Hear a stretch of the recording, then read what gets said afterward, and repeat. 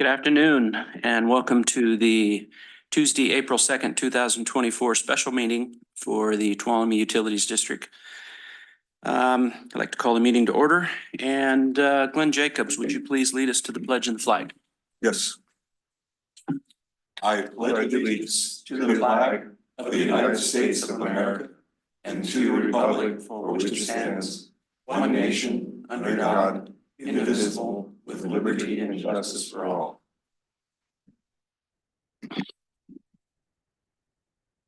Okay, public forum. We'd like to welcome the members of the public who have taken the time to attend this meeting and provide comments on matters related to district business. Any member of the public may address the board relating to any matter within the board's jurisdiction. This need not be related to any item on the agenda. However, the board cannot act on an item unless it was noticed on the agenda. Persons speaking during public comment will be limited to 5 minutes, or depending on the number of persons wishing to speak, it may be reduced to allow all members of the public the opportunity to address the board. Mr. Chair, if I might, I might just recommend that during this specific meeting, you might allow the public to address items that could be on the agenda because it's kind of a wide open meeting. So because of the wide open nature of the meeting, the public could say, hey, don't forget this, don't forget that. They may have some ideas. So if you'd allow that, Mr. Chair. Yeah, that's a slight. we certainly can, and we usually do anyway. So yeah, it's not prohibited to talk about that stuff. So Corey, is there there's nobody here in attendance today. Is there anybody on the, I understand we have one, I believe. One participant has not indicated. Okay. Is that Sally? Yes. Sally, do you have any comment for us today?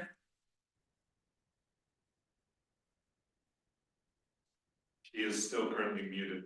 Okay. All right, then we'll go ahead and move on and we'll move on to item number 2, regular business. Melissa, you'd like to read it? Okay, Tuolumne Utilities District Board of Directors Priorities, BHI Management Consulting. Okay, Mr. Brent, I will turn it over to you.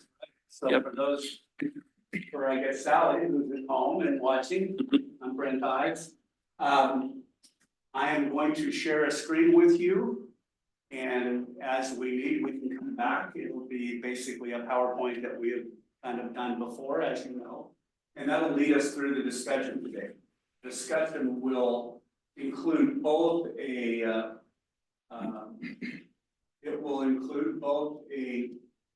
let me make sure I find it, a discussion on just good board work, just quickly through that. Then we'll talk about the mission, the values, because if you're going to talk about priorities, they should have basis in the mission and the values and the vision that you created. You visited a couple of times since 2020. You'll notice that there's very little staff in the room. I was asked when I interviewed for this project to conduct a board priorities session, absent staff. Now, Melissa's here and Corey's here. Corey's got to stay, but we're going to allow Melissa to go. And then I've spoken with the chair and I've asked him if he wants to have a discussion among you as to whether or not you want to keep it that way. If you want to keep it, just you guys and I until the end, and then Melissa will come back and make sure we close out properly. So, Mr. Chair, if you could facilitate that discussion about whether or not you want to keep it this way during the whole meeting, during part of the meeting. Basically, they're on call out there if you want to bring them in. They can come in and not say anything. There's all those options out there for the board. It's up to you. Thanks, Melissa. Thank you, Melissa. Thank you, Melissa. She's so helpful. Yep. So. Okay, along those lines, then I know that there was a request to have staff not here, so we thought we'd start the meeting this way, and we can discuss that now. So anybody have any comment they'd like to make?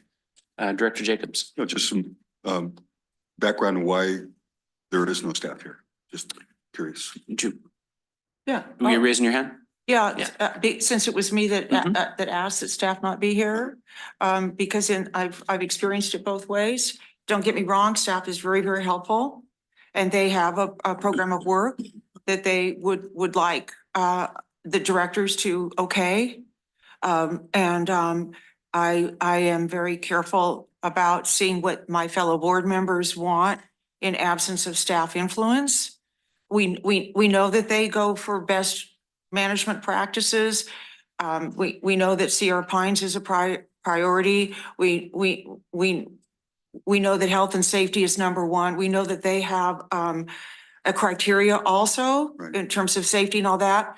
However, what's the purpose of a board? You know, it's that they know how to drive the vehicle. We are the ones that give the direction. Sure. And I feel that sometimes sometimes it's the tail wagging the dog.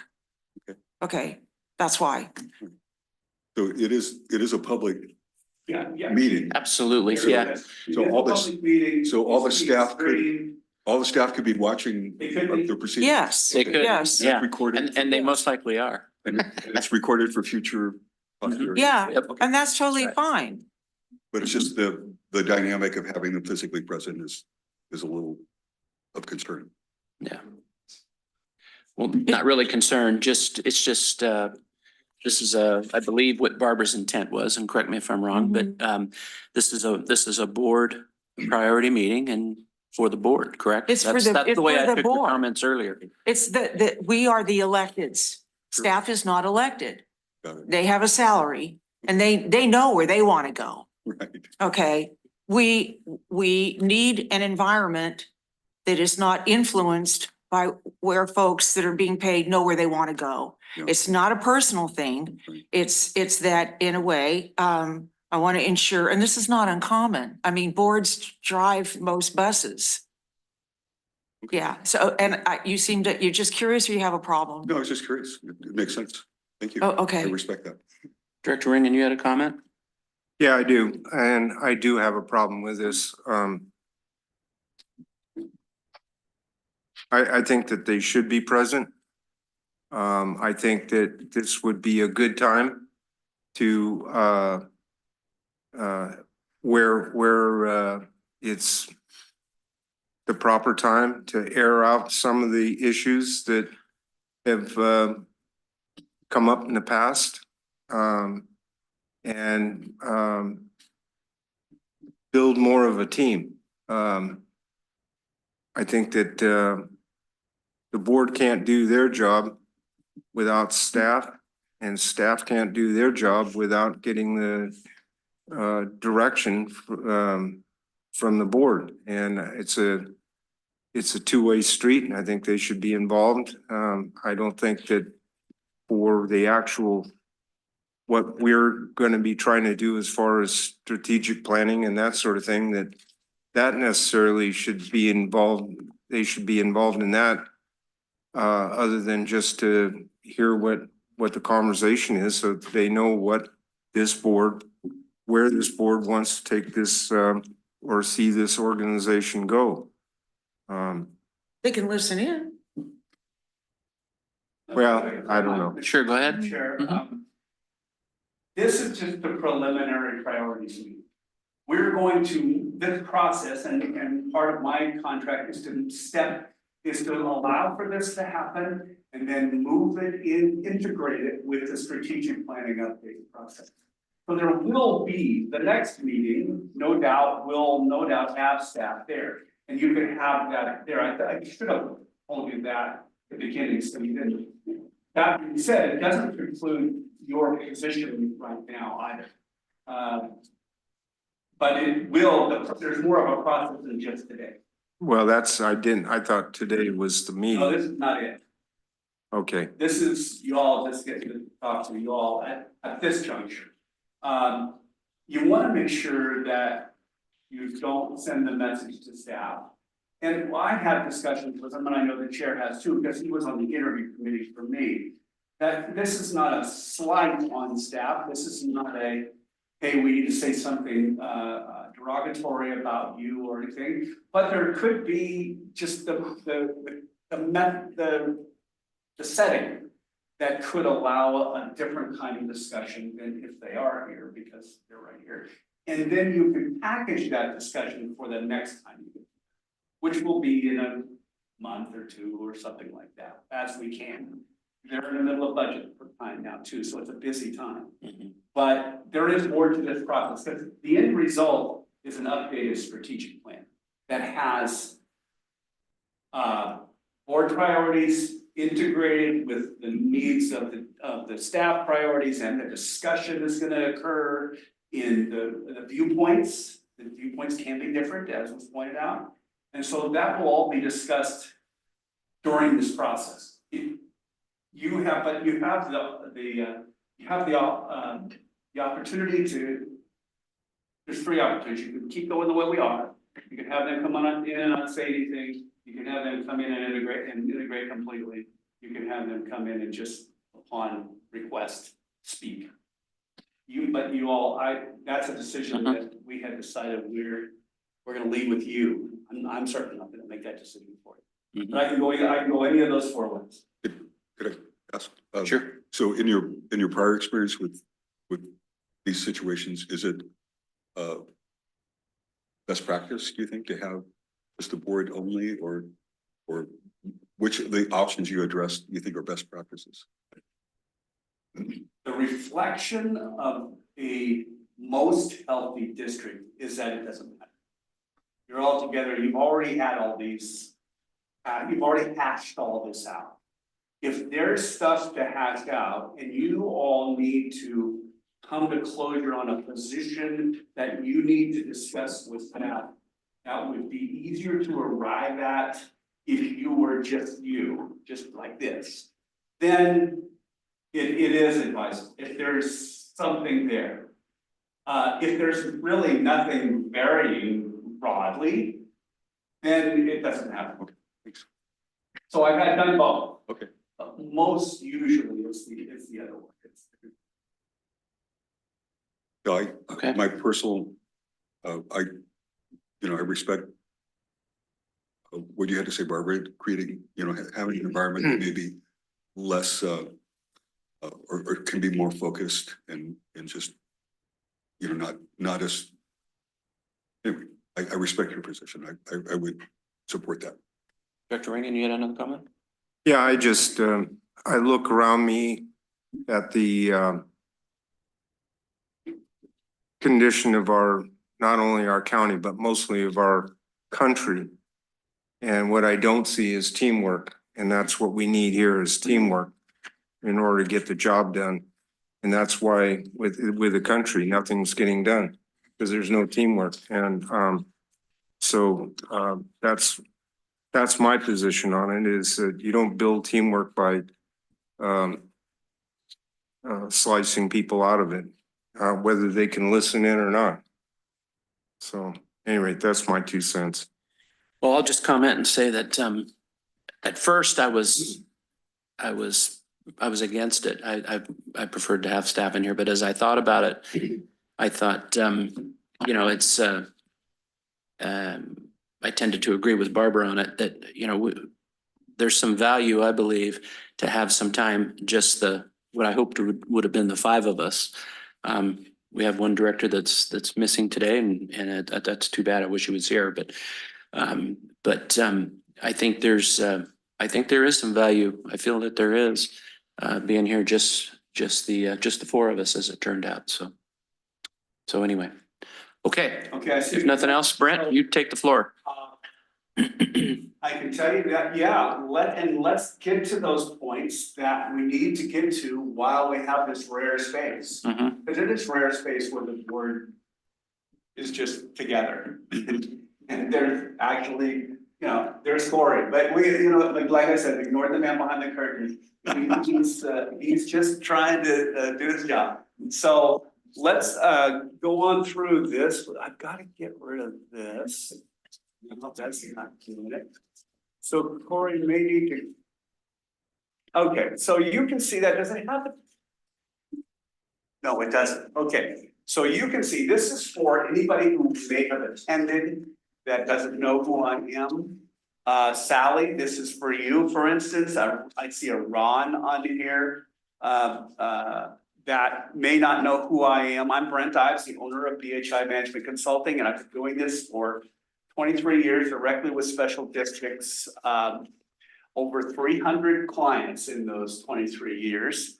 Before that, had a career at Lawrence Livermore National Laboratory, and I was also involved in Tracy, local politics for a number of years, 33 years actually. So it's all in parallel, not in series, I can assure you. Decision team, Park and Rec Commission, Planning Commission, 14 years on the City Council, 8 years as directly elected mayor. Numerous regional boards and commissions. You all know this. Some of you have been to my classes, and I'm a trainer for CSCA. It says there in the bottom. I've done that for 20 years. But mostly strategic planning or supervisor training, board dynamics, board manager interactions, all those kinds of things. And I have been fortunate to be able to have worked here in the district with 2 strategic planning efforts, one in 2007 and one in 2017. Somewhere in there. And I looked at those briefly, but those are before. There's a 2020 document that honestly your staff and you are kind of there. And you sent me another little update that never really got formalized, priorities update. So we'll talk about all those, but you all prioritize a lot. You really do, and I'll go through that timeline with you. And I think for the most part, even what's on the hidden paper here is really your raw inputs, what I collected from all of you. So the process has been that I have been able to sit with all 5 of you and just talk to you about your future vision for the board, what you think are current priorities, what you think are eventual long-term, way out there priorities. And pretty much everything in between, really. There's some enduring priorities. Like, for instance, you know that you've promised that you, in a way, have said to the community, CIP is going to be a priority for us. And that's going to be an enduring priority. So that's a little different than a peak priority or a project-oriented priority, or a long-term visionary priority. So all that can get really mixed up, or Don's tactical priorities. Those all can get mashed up, but they really all support one another if you stand back and look at how they all align. And so we're not going to go to that level of detail, but we are going to talk about the last time you spoke about priorities, and the time before that, and the time before that. And so we end up understanding that how far are you off from where you're at now. And this is not a comprehensive workshop. This is meant to get out the things that we feel, especially in this format, to get out the things we feel we need to get out the way we want it, with no encumbrance. That's what I'm saying, encumbrance. Fair enough? Okay, so I hope everybody knows me enough and they can look at my website if they'd like, you at home, bhiconsulting.com, and you'll know more about me. Okay, so priorities, focus on the delivery of the mission. Focus on the delivery of the mission. And we got to talk about mission here a little bit, because some of your visions may stretch or may not stretch the mission. So you got to talk about some of those things as you told me, okay? A board's job is to cast a clear vision, but it's all about the public. Remember, everything we're in, the microphones, the tables, the carpet, the parking lot, it all belongs to them. We're just custodians, we're just stewards of that as elected officials. I lump myself in as a we, because I've been out of office for 10 years this year, but I still feel like that message needs to be preached once in a while, that we're public servants. We do things that protect and advance the mission. Okay, so let's remember that. It's all about public service now and in the future. Because how we leave it, it's like a campsite for the Boy Scouts, right, or the Girl Scouts, they leave it better than they found it. That's what we're all trying to do. All of you are trying to do that. Let me assure you, in your ways, you're all trying to do that. Yes, you have slightly differing priorities.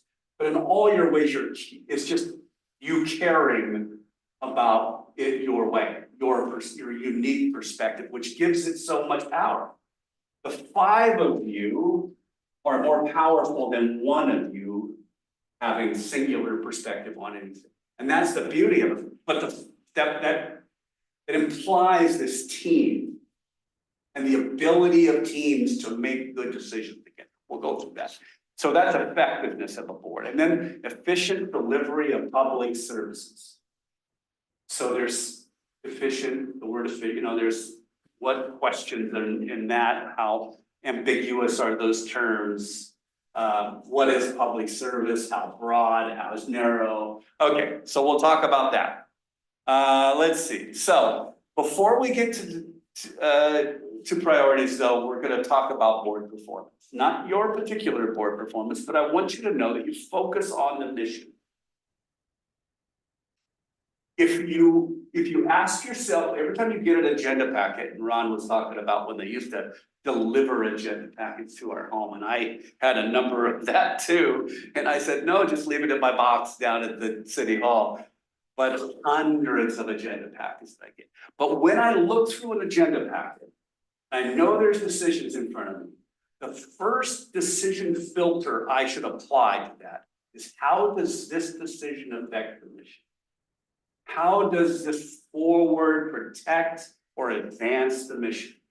That's what I want to know.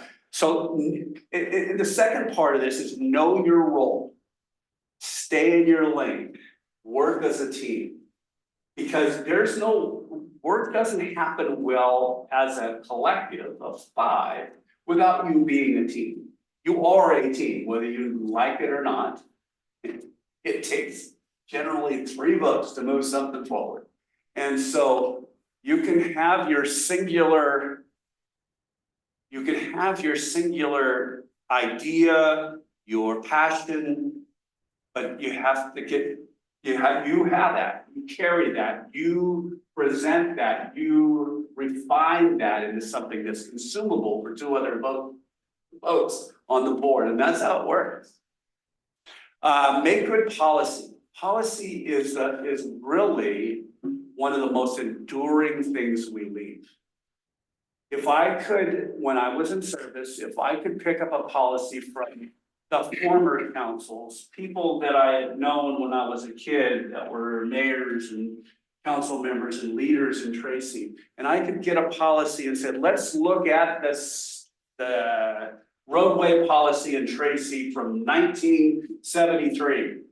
And that's when we started making our new roadway master plan. And you look at that and say, oh, that's pretty, wow. They really put the time in for that policy. From 1973 to 1993, I was on in 1992, or 2003, or 2013, there were elements of that policy that were serving the quality of life to the people of Tracy. Well, I said, man, they did a good job at that. So if you, as a board, can make good policy, it endured. It's an enduring legacy of they really thought this through. And you've done that. I mean, you've got a track record. You guys really do. I know every board has its moments, its disagreements. That's okay. That's part of the process. We'll get into that. Set direction. Now, that's what you're doing today. You're just looking at priorities and saying, okay, where do we go from here? What's really the next and highest, greatest use of this money, that asset, those facilities, those people? Evaluate the executive well. That's kind of an outlier. I think it's not that big of a deal. It's a huge deal. The average tenure for an executive in a general manager or a CEO, or call them district administrator, call them what you want. In California, it's 3 years. Wow. And that's not because of their performance. It's because their board just can't see straight and how to get it right. Their board doesn't have a good direction. Their board changed and all of a sudden, one quick little story. I was with one agency, we did a strategic plan, they voted in October on the strategic plan, everything seemed hunky-dory. The board went from a 3-2 board to a 2-3 board in November. The next month, the first thing they did was fire the general manager. The next year, they asked me back to update their strategic plan with the new general manager. The next year, 2 years later, the 2-3 board went back to a 3-2 board. They fired the second general manager, hired the old one back. And he asked them to come in and update their strategic plan. Same strategic plan, 2 different general managers, 2 different boards. So in the middle of that turmoil, the plan is what holds it.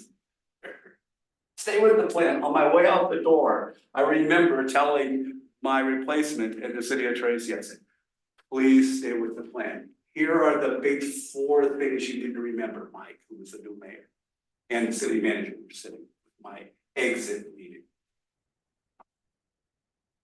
That being said, is what you're doing is right, updating your strategic plan, keeping on, so setting that direction and then evaluating your general manager relative to that direction. Question. Yes. Yeah, Brent, will we have an opportunity to discuss that one, the Sure. evaluation, because I feel like we struggle with tying in the elements with his performance ahead of time. You know, measuring the performance standards, we struggle with it still. You know, it is an interesting one. It is an interestingly complex thing because he's got a 5-headed boss. And so if the 5-headed boss doesn't get its collective head together in a way similar to this, when he's not in the room, well, he might be, you might be out there not. But if you have this discussion, which would indeed be a closed session where he wouldn't be, you need to have that. Because otherwise, otherwise it gets difficult. And so if you're gonna go through those things, come out of that, there's just the cliff notes. Come out of that with a collective statement of evaluation. And here are the things we're gonna write, and here are the things we're gonna talk about. So the next meeting you have with the general manager in a room, you have discussion points. Some are gonna stay in, some, he's gonna have seen it by then. Naturally, that's what I do, right? So I have a plan for that. But let's talk about, maybe that's something, it's not a big picture priority, but it is an important priority. The risk of it is being uncertain, unclear, ambiguous. Don, congratulations, you're our general manager. Here's your crystal ball. Figure it out. Not good. Ambiguity is the killer of efficiency. He can't be wondering what he and staff need to do. And that's why priorities are important. That's why it's got to be linked into his, not the program, but it's got to be linked into his evaluation. And from what I can see, from what little bit I was able to touch on that, it seems like it's pretty close, but it needs to be fair enough. I got it. Excuse me, Brent? Yes, sir. Yeah, so your point is well taken. I was looking through the history of the general managers for TUD, and from October of 2013 till June of 2021, we had 6 general managers. Yes, so you're part of the statistic driving that 3 years down in the state, but you're not alone. It's not only about you, it is somewhat about you. And you know, how many times did the board change, and how many times did the priorities change, and how many times, it's usually about something like that, but not always. Sometimes there's poor performance, really true poor performance. And sometimes there's really good, and there's a lot of communication. See, absent communication, inevitably, we start leaving each other's paths. So you have to communicate. It's really the point of communicating. And so it's a process of communication. It's just like any employee-employer relationship. No surprises. When you get together, there's no surprise. We were thinking this all along. Oh, well, I was going here. Well, that's just our collective fault. Well, I just wanted to ask Director Jacobs the reason for bringing that up. Oh, just his point about the turnover and how that we have experienced that in our history. Yeah, and it's exactly the reason that Brent Ives brought up is that those changes were basically almost without exception by a board change. So often true. And look, that is the new board's right.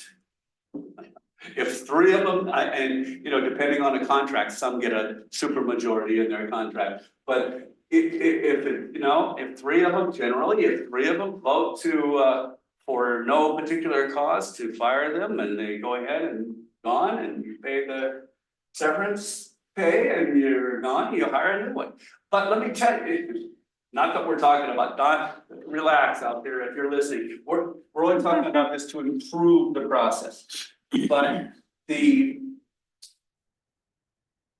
it's when you left one another and you don't have a method to get back its function. Yeah, everybody realizes they've left each other and they're kind of mad about it. How could this have happened? And they don't, and sometimes boards won't blame themselves. So the only other person they can blame is the general manager. It's the only contract you have. Everybody else works for him. Mhm.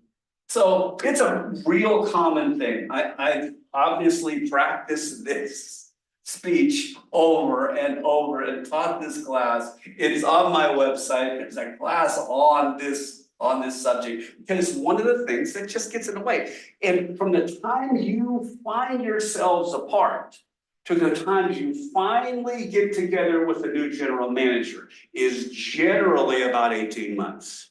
So there's 18 months of kind of maintenance mode. Everybody backing up, stepping on eggshells, wondering what's gonna happen next. Staff is looking over the fence and seeing if it's not better at CCWD. You know, it's those kind of things, right? Or any place else, I'm just using it as an analogy. So it's worth it to have a process that's self-sustaining, that's communicative. And it's a relationship you're managing, just like it is with your best employee.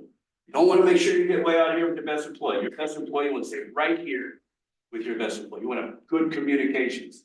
You want to make sure your priorities are clear. If they're not clear, ask. Feel free to ask. I'm clear on this. Okay, so communicate, this is for you all. Communicate, respect, stay on track, and then repeat the whole list over again. Just make this the way you do it. And from what I can see, for the most part, this board does that. There's some outline. But you all want what's best for this district. You all just have maybe just slightly different viewpoints on what that is. And what that really means. That's okay. That's part of the beauty of it, not necessarily always the downfall of it. So here's my engineering analysis of two pipes of the same diameter that are looking to be efficient.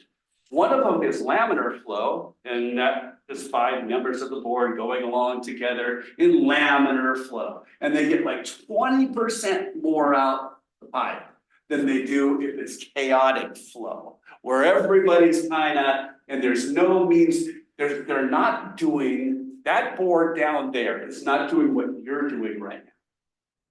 They're not talking to each other. They're just being mad at each other. They're just insulted by one another. They just disrespect one another. And I know it's not you, but it happens all the time. And so hence Brent's got this never-ending gobstopper of work. It just never ends. You know, I work with like 300 or 400 agencies. There are 5,000 agencies in California. So this is what you're working for. And this is exactly what you're doing, is to make sure your flow is level. Make sure you have the discussions. And sometimes those discussions take different forms, and this is a different form than you would if you had the typical. So here we go. Effective directors, they discuss, they don't take things for granted. Don't take your other directors for granted. Give them the opportunity to explain. And you know each other better than I do. You know how you discuss, how you express, if and whether you are getting to the root cause of their position. Don't presume that. Work out of them the root cause. What are you really trying to say here? And that's kind of what we're doing here today, in some respect.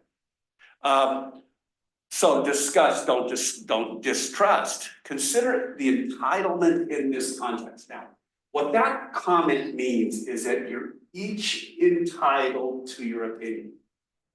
You are. I mean, entitlement is such a loaded word these days. But in this case, I wrote this just yesterday. I said, oh, that's kind of weird. I'm gonna have to explain it now. You're each entitled to your position, your discussion, your viewpoint, your priorities.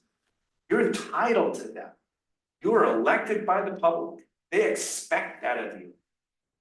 Now, on the other hand, this is a team. And so your position, your viewpoint needs to be heard, needs to be discussed. So you have to have a process, and board meetings are for that.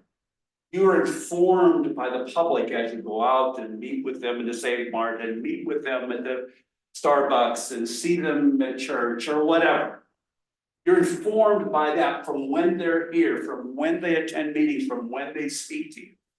And then you bring all of that to here. You study what the staff has told you, and you say, here's my viewpoint. You're entitled to that. And you're expected to be able to carry that as well, your viewpoint. Don't disagree. Disagree if necessary, but do it respectfully. And this is so much often the hard way. Because this is not personal. Just because I disagree with Jeff doesn't mean it's personal. I just disagree with him. And this is a hard thing. It takes boards, you know, as boards shift over, as you were saying, Ron. It's when a board changes, all of a sudden, if they don't gel, then they just stay apart. And then it just gets down to that rough patch. And oftentimes it gets expressed into one ultimate expression, and that is, I think we're going a different direction than him. Or the general manager is going a different direction than us. Your passions, and this is, I was looking for a different word yesterday, and I couldn't really find your ideas, your thoughts, your positions on different items are for the district, like water rights, design, conservation, rates. All your opinions on those and your positions on those, your passions that you bring to this, they're yours. Don't expect for it to automatically just move over across the dais to others. You've got to carry them. You've got to represent them. You've got to make the case. Others might say, yeah. One might, and then you say, but the others might say, It's that process, that churning process of decisions that is the best boards to get through that. Oh, it's item number 4, action item number 4 on the agenda. They get through that hustle and then they turn the etch a sketch over, they shake it, and they move on to item number 5. Unencumbered by that pretty rough and tumble discussion with you. That could be a debate, it can be discourse, it can be disagreements, it can be controlled by the chair who's got the power of the gavel to say, order, let's take this one at a time, let's everybody speak. Let's get through this as a team. You're the captain. Okay. Effective board members always keep confidential matters confidential. Hugely important. Nothing will throw your team under the bus worse than leaking confidential information out of confidential spaces. Now, it's a huge issue. It's a trust buster. Oh, I didn't see the trust, because of my little presenter bar here, I didn't see the trust bucket up there. The trust bucket is this. It fills very slowly, trust does, but you can kick it over in a second. One little slip up, and trust is gone. That's not what this bucket is doing, it's just leaking. But it reminds me of giving you the trust bucket discussion, the analogy. But I can tell you that confidentiality, when violated, is just a resource waster. It's just one of those things that mucks up everything. Because it's very difficult to trust somebody who is not following the rules. Very difficult, especially for you at your position. You represent what, 100,000 people? 50,000? Not that much. 14,000 hookups in water, 6,000 in sewer. Times 2.6. About 40,000, 44,000 people. 44,000 people. In those 44,000 people, how many elected officials are there? There's the school board, there's the council, there's the supervisor, the supervisor, only one probably. There's a handful, two handfuls of elected decision makers. And all those people driving down on that street out there are expecting that you're in here doing their highest and best work for them. Doing just what you're doing right now. Planning for the future. Highest and best use of water, mission. Good for you. But if somebody throws you under the bus, that's difficult. So don't violate, just a lesson. Don't violate the delicate balance between each other, as would confidentiality do, and the board and staff. What's your relationship with staff? Well, this is a, I did that? I guess I did. This is an organizational model that I came up with years ago. And you see the public up there, they're all shapes and sizes and different people, different colors. And then there's 5 of you. There's 45 people up in that upper box. There's 5 of you that represent them. And you all focal point down to who? General manager. And he has the staff and employees, not you, he.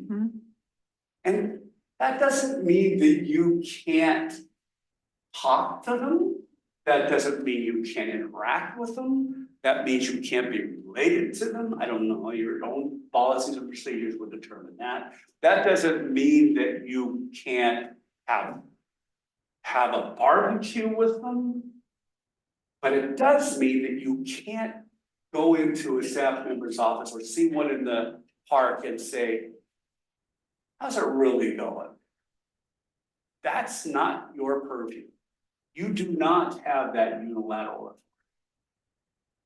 And I know you know that, but it's just a reminder. Because it opens up a door of singular knowledge that honestly boards don't work. They don't work well with singular knowledge. They work good with collective of 5. The collective of 5. I'm not talking about huge collective. I'm talking about the collection of 5. A team. And so then if all this works, you can see how delicate this is. the relationship between you and the public. How long ago did you make that decision, that rate decision? Yeah, the relationship between you and the public, the relationship between you and each other. The relationship between you and your general manager. And the relationship with you and staff. And it doesn't matter if staff comes to you or if you go to staff, it's wrong. Now, there are times when organizations, marketing units have their executive boards and they want to come and talk to the board members, that's okay. But you can't speak for the board. You can only speak for a board member, me. And you shouldn't even then give them a position. You can hear them out. That would be what I'd recommend. But it happens all the time. It happens all the time. They wanna exercise their right to express how bad or good it is to work here. That's okay. Or where the comp and class studies are and why. That's okay. That's what they're set aside to do, and that's what is allowed during a bargaining discussion. But if all of this balance works, then the mission is fulfilled and it's at its highest and best use. Because that's what you're looking for, right? Biggest bang for the buck. Best use of time and money. Remember, there's 4 resources that Don has to make this work. Money, facilities, equipment, and people. That's what he's got. You say to him, go forth and optimize. Oh, by the way, we want these priorities fulfilled. And Ron and I were talking about this earlier, is in this time frame, you can't always put that time frame. Because sometimes there are things out of your control. But when they are in your control, when Don can manage those 4 assets to make things happen, and he knows about it in all clarity, there's no crystal ball here, the board's been very clear, then he will come back to you and say, okay, good news, I heard what you said, and here's what it's gonna cost. And you all say, oh, okay, good. Or because before you've said that, back in the planning days, when you first said that, Don's gonna say to you, Don and his staff are gonna say to you, well, if you wanna do that, it's gonna more like a 7-year priority, more like a 20-year priority, more like a 90-year priority. And then you have that discussion with staff here, you say, no, we gotta be able to, what can we do? How can we do that? What can we do instead?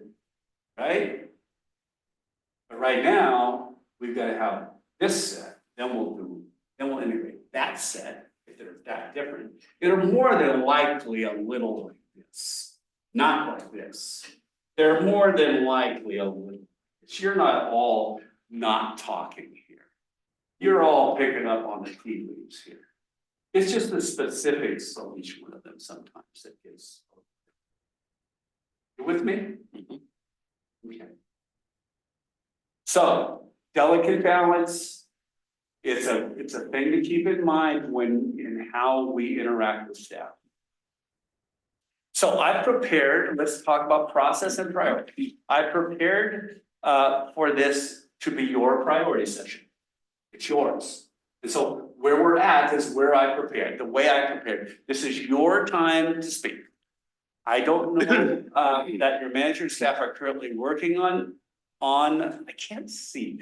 You know, Corey, it would be helpful to know if, do you know how to work so I can get this box out of here? Sorry, this is a little sidebar, guys. You see that black? Just minimize it. Just minimize it, he says. Right, he doesn't know how to just minimize it. Oh, who's that up there?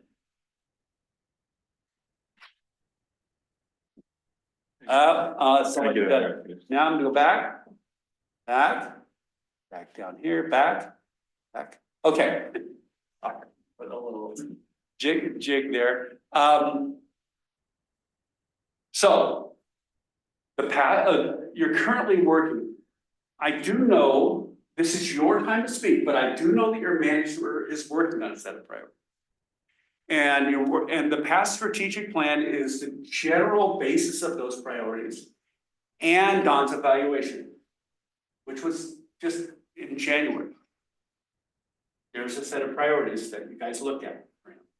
Priorities, tactics, things to do, next kind of things, you can look at them any way you'd like.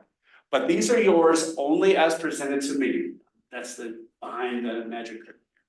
There are only, they only are only in order on how many were mentioned to me when we spoke. In other words, if more than one of you mentioned that as a priority, then I kept stacking it higher.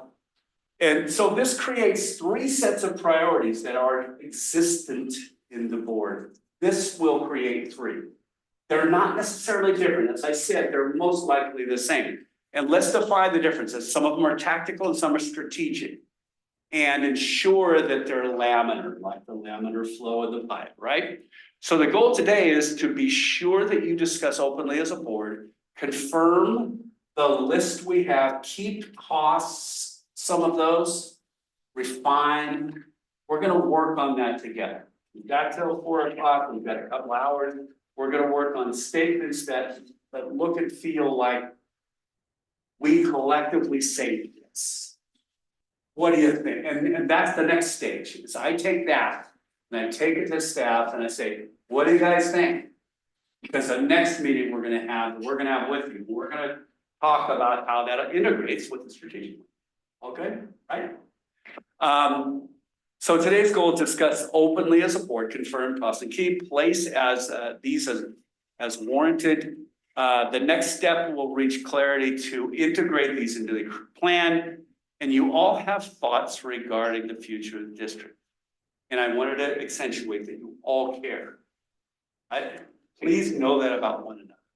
That you all care. Just care differently. It's okay. Yes, Parker. Yeah, I'm hoping that we are able to stay on the side of planning for the future or looking at a direction rather than us developing a review of project priorities. Tactical. Yeah, like so that we agree that the CIP should keep going. That just doesn't feel like board work to me. That just feels like standard business stuff. That's just in a way a given. The CIP is a very good thing. Board has always supported it. Is that board visioning? It's not my definition of just project review and project prioritization. Within the CIP. Yeah. But there was a comment about how the CIP stacks up. Well, I guess, We'll get to that. okay, You're right, though. I understand what you're saying. You do. It doesn't hurt to say that, hey, look, in reflection to what you guys did relative to the rate structure most recently, you're going to prioritize. CIP is an understood priority. But there's still a variable in that statement. How much of a priority? You said we're going to support the CIP. And Don was in here earlier and he knows, he's out there listening. Don was out early and he said, well, we're going to do the R&R stuff and we'll see how much is left over. And he said, well, there better be a lot because we got to do a lot of CIP stuff. Okay. So you see, there's a balance point. If you guys have an opinion there, relative or opinion turned to a policy, we are going, let's just throwing this out there as a crazy hypothetical. We will support the CIP in the next 5 years at X%. That's a goal. It's a strategic goal. Only because you added that in. To say you support it is, yeah, you're right. Everybody knows that. That's just what we've done, what we did, we've already discussed that. But if you're gonna prioritize it. You Well, I'd should, rather prioritize, long-term vision, I understand. That's part of a long-term vision, but it's really. sustainability. you know. Remember I said maintenance, or I said, protect and advance the mission? Mhm. That's in the protect side. Right? Advancing the mission is different. Mhm. So maybe those are the two things. Maybe they fall out that way. On the protection side is the CIP, but you can't be ambiguous about that. You can't. Because it may be reactionary to other things that we don't know about. Staff will say, well, you can't just say you're gonna support it at pick it 25%. You can, that's crazy. You're already supporting it 53%. You see what I'm getting at? That's good. That'll be a further discussion, but it's in the protect side, not the advance side. And you're talking about advanced priorities, Vision, vision, yeah, not status quo. right. Protect it and advance it. Okay, good. That was good. Okay, so you all care, like I said, forgive the little cartoons, but you all came here with an idea. With some ideas on how you do it. You may have seen this before. And then you go out in your campaign and you say, vote for me, and people say, yeah, I don't know if I like that idea. And then you win, and then you get here and there are 5 different opinions Hmm. on how it should go. And then you say, okay, I'm going to talk about it. Yeah, this is that moment where you all talk about, no, everybody can see that, just use a regular light bulb. No, look, the candles were good enough before, they're good enough now. Or the other person says, we always use the lamp. And another person says, now let's light this place up with spotlights. And the other guy says, no, we gotta go to the newfangled stuff, right? Everybody's got an idea. But it's the discussion that you hope, and look, this is the hope of the dream, is that you all come together with okay, we'll just use the sign. It's just a little thing. It's But actually pretty good. I It think is. I saw a few of I us like it. in there. I like it. Uh-huh. No, this is not particular to you. I've used this for years. Yeah, but we identified. Barbara, that might be you. I don't know. Oh, no, no, I think I was the guy with the new light bulb. Yeah. It is how it works. And the ability to get to this point where there's kind of half smiles on everybody's face, where they didn't get everything they want, but they got some of what they want. Doesn't always work, but that's what we'd like to get that nirvana. Everybody says, okay, we've advanced the mission. We've discussed our different viewpoints. And like I said, this one is where the deliberations and discussions and debates and all good, but with civil respect. Remember, you're all representatives of the same, all right, now you are. No, you're not. Are you district? You're not division yet. We're division now. You are division. Yeah, we finally, You're all we're out there. You represent the whole, but you're from a division, Mhm. right? And your division needs its consideration. But I've been on so many boards where you've had to put on the regional hat. Yes. You were. Oh, no, I wasn't raising my hand. Okay. Setting the example as respected leaders in the community. Yes, Ron, Well, I want to back you up just a tad. do it. I think we need to talk about that division thing, maybe briefly at least. My opinion on that is yes, we're elected from by people from a certain area. But when you get up behind that dais, you're representing the whole. And there's no such thing in my mind. I know I would never do it, where I'm just promoting things that have to do with just the area that I got elected from, because that's not going to be the good for the whole. I remember doing that council of government assembly county, the 30 of us sitting on the dais. And we're each from our own jurisdictions, right? I'm the mayor of Tracy, the mayor of Antigua, the mayor of Stockton. And we kind of had to keep reminding ourselves of that. Because everybody wants their fair share. And that's even a more division thing, because it's a distribution of a sales tax measure K. And so you're right on though. It doesn't, you still get elected by the people in your division. But that doesn't mean you're supposed to bring home the bacon. It's not an earmark. It's not that kind of a, Congress people go through this all the time. Because people, they go back to their offices at home and they say, well, what have you done for us lately? Us. And it's not exactly that in a water district where you're out there on the stump. You're running for the election and maybe your opponent will say, well, what have they ever done for us? But my thought was always, let's make sure that when I look at the list of projects, and this is a CIP oriented, kind of transportation oriented. Tracy's in there, Tracy's represented.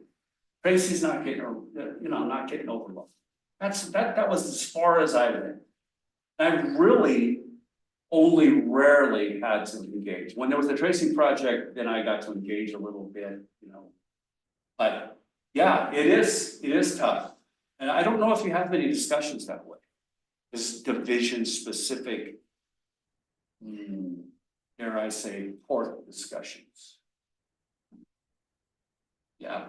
Yeah, I haven't heard that except when we went to divisions, and that was what everyone that was against it was bringing up, that's what was going to happen. But like I said, when you step up, when you're elected and you get up behind that dais, your whole mission is for the entire community and for the entire organization. It's not for certain area or anything else. That's the way I look at it anyways. And is that true for all of you? Do all pretty much feel the same way? I think so. One thing, we're still feeling our way along with this division thing. I mean, we only had one election with it so far. We got the second one coming up this November. But the other thing is too, going back to your example, we only have one incorporated city, and that's Sonora. So we are very rural. We have communities, we have Tuolumne, we have Twainhart, we have Jamestown and so on. But I agree with Ron. I mean, I believe we're still representing 14,000 water customers and 6,000 sewer customers.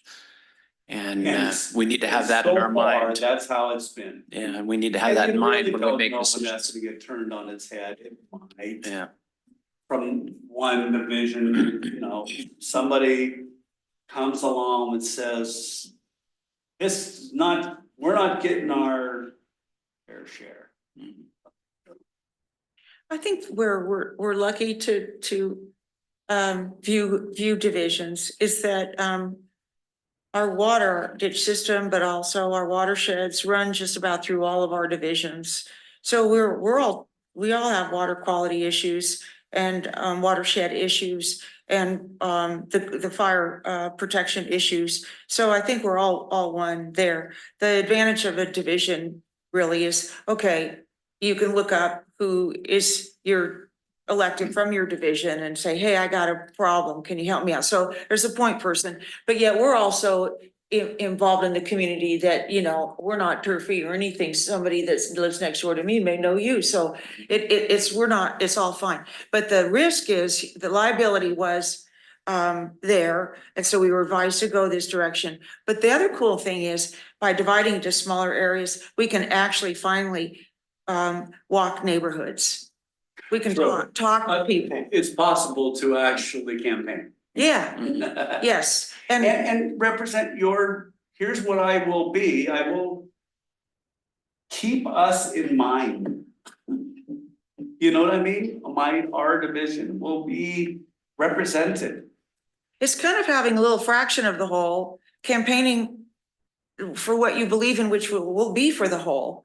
But it's just having a personal connection True. to those folks. I mean, our divisions are all squirrely anyway. They would look like they're gerrymandered only because we had to pull in population, Right. equality. So it just makes it easier, I think, for folks that were not paid to be able to walk the pavement in a manageable way. But to date, you guys haven't had any issues with that kind of. No, Well, doggone it, we need to, okay, Not yet. that's good to know. That's good to know. yeah, And it's, generally with this kind of a district, you won't, but you could. Yeah, there's no guarantees. well, I think our projects benefit the whole community. It's really, Right, all our roads go through all of them. You can't just get some money and pave, Ron's district. It's so kind of doesn't, in a watershed, doesn't work that way. We're not in a grid environment. We're not in the flat ground. So right, we all benefit from whatever project TUD does. that's good, yeah, so that, whether it's on the protect or the advanced side, it benefits everybody. Yeah, anything that they do down south, like desal takes the stress off the Sierra, hopefully. So we're happy for them. We write them thank you letters, because it benefits the whole. Okay. There you are. I'm happy. So, good boards can exercise the process, do the hard work. And I should have emphasized hard work, and get through it and remain functional.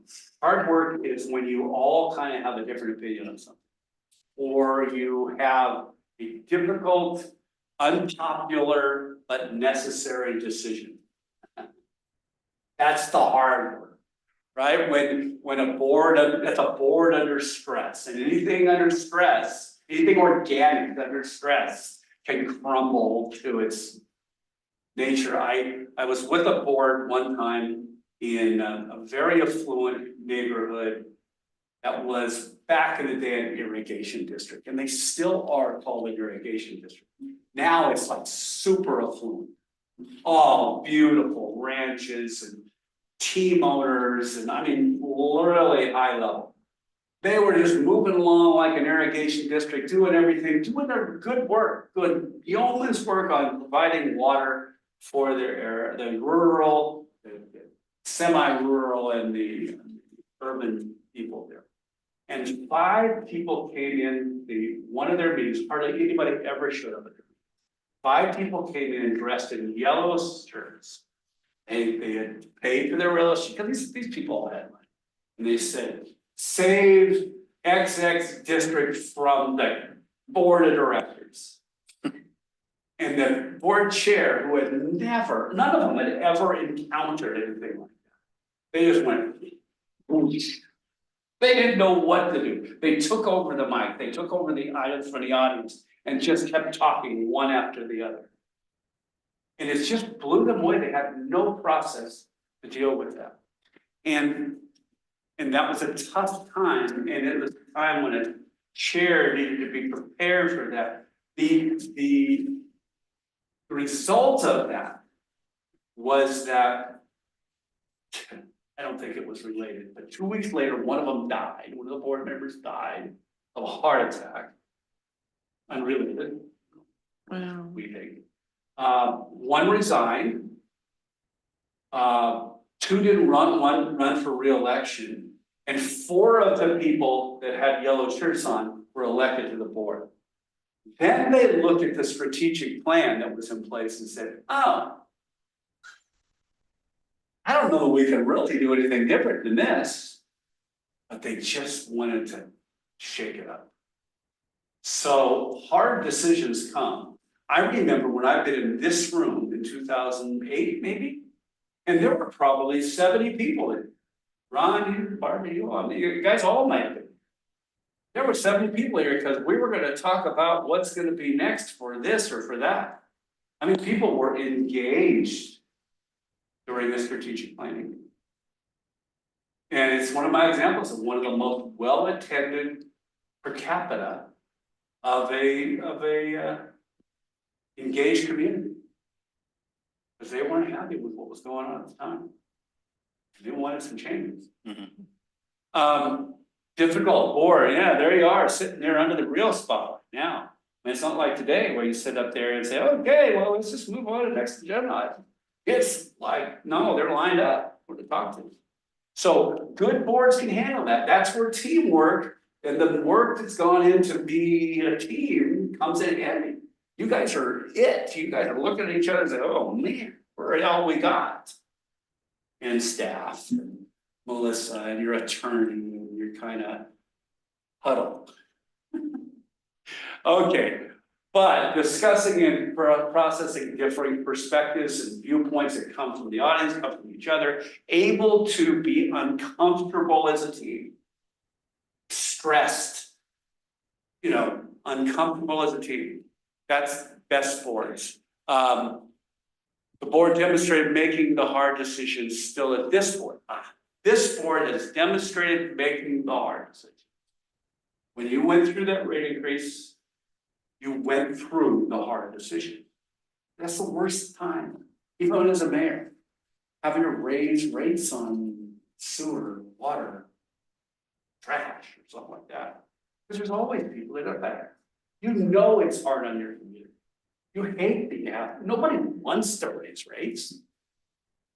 Even what rate consultants don't want to raise rates, but I've never had one come in, and I've seen dozens of rate analyses come in, and never have I ever had one come in and say, I think you can lower your rates. They never do, because the cost of doing business, the cost of doing this work, the cost of employment, the cost of just the world goes up. And it's a hard message to send to the poor people that have to pay. Some more able to than others.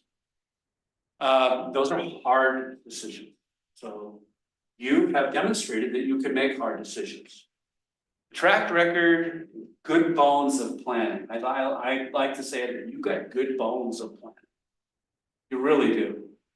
And expressing in the last number of years. So here's the vision. Sustainable water resources, safe, secure, high quality water, effective collection, treatment, disposal of wastewater, and the best use of TUD properties for community benefit. That's in 2020. In 2020, you came up with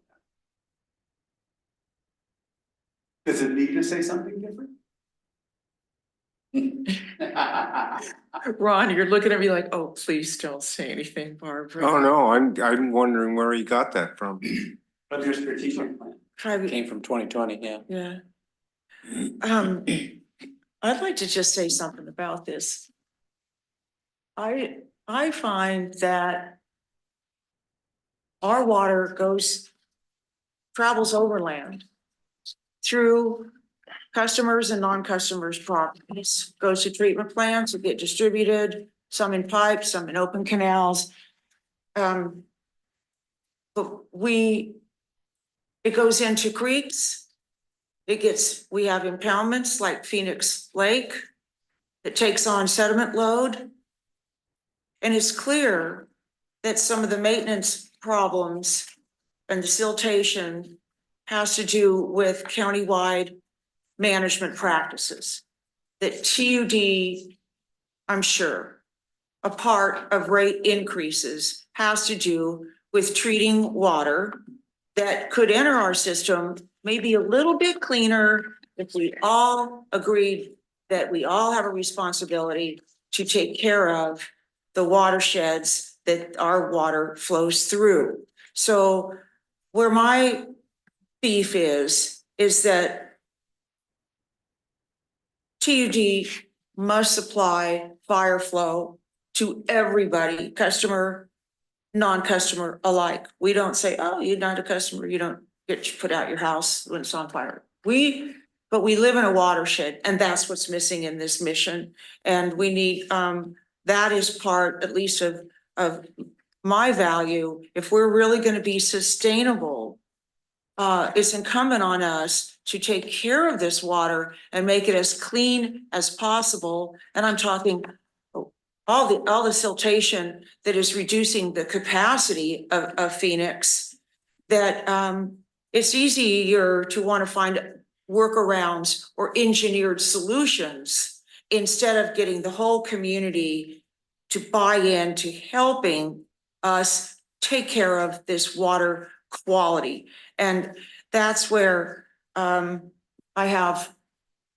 would like to see this vision statement updated, because this water, like it or not, flows through all of people's properties, and it gets contaminated, and we treat it and then redistribute it. And we need everybody on board for the fact that we live in a watershed, and our water quality and reliability, if you will, depends on that recognition. So in other words, we're stewards, we're all stewards of the watershed. We're not just purveyors of water. So this is a vision. So I should go to the next slide. There's a mission. Oh, golly. I apologize. I don't have mission on here. I should have mission on here. I thought I did. I was looking for it too, and I can't find it. I know I've got it here, but The I vision can't of the find it. mission. The mission. Okay, I have got, boy, it really complicates it, in and out of Zoom, but I will go in and out of Zoom for those of you at home. I'm stopping the sharing now. I'm going back out. I'm going out to my desktop to look for wow, there's a lot of stuff here. The disregard any kind of weird comments on blood. That's a book I'm writing. TUD, priority strategic plan. Okay, there's a strategic plan. Can you see it? No, you need to share your screen. You're right. Okay, and put that there. And I'll go back over to Zoom. Be patient, please, folks. I'll go here. And I'll go there. Yeah, That's it. okay. So really, do you want to provide responsible water and wastewater services for our customers with great customer service in a socially, financially, and environmentally responsible manner at a fair value? So really, it's here. I don't know if you can see that highlight. I mean, is that something that's included there? And then you can list it out later? Or is responsible water caring for the watershed? Does that term cover? I can stretch it, but if a certain type of general manager can say to me, I'm sorry, where do we see watershed stewardship in our mission? In your mission? Uh-huh. And because it's not there, you know, I mean, I can make it fit in there, but perhaps general managers or staff wouldn't see it in there. And so they are going to not understand that they are not just purveyors of water and have that responsibility, which is big, but they're also stewards of the watershed. Of the collection of the, it's almost storage. Well, it's gets there. it's everywhere. What's the word that would work? Maybe not here, but somewhere. Well, so you have our water coming out of one water impoundment, and it gets distributed, it makes hydro, but then it gets distributed in randoms, impoundments, creeks, ditches. All of that is knitted into the But watershed. it's a watershed. It's a watershed. And we're stewards of it, not just purveyors. So in other words, so in other words, our ditch system is fire protection now, it's fire flow. We have sensitive species along it. We are doing vegetation management around our treatment plants. We just got a $250,000 grant for vegetation management to protect this infrastructure that is all through our communities. So that's more than, we're just purveyors. We steward the environment. So this is you carrying your, I called it a passion, your viewpoint, your perspective, and you're throwing it out there. Good, you packaged it, you thought about it a lot. So this, I'm just using you as an example. Oh, okay. Well, I mean, we do have a grant. I mean, we, For the, yeah, well, for ditch sustainability grant, but we have a grant for fire, a community wildfire defense grant. And it's to consider recreation and consider, drafting points along our open system. Including Phoenix Lake, make sure that has water in it so that we can draft out of it for fire protection. okay, Okay, so that came from something.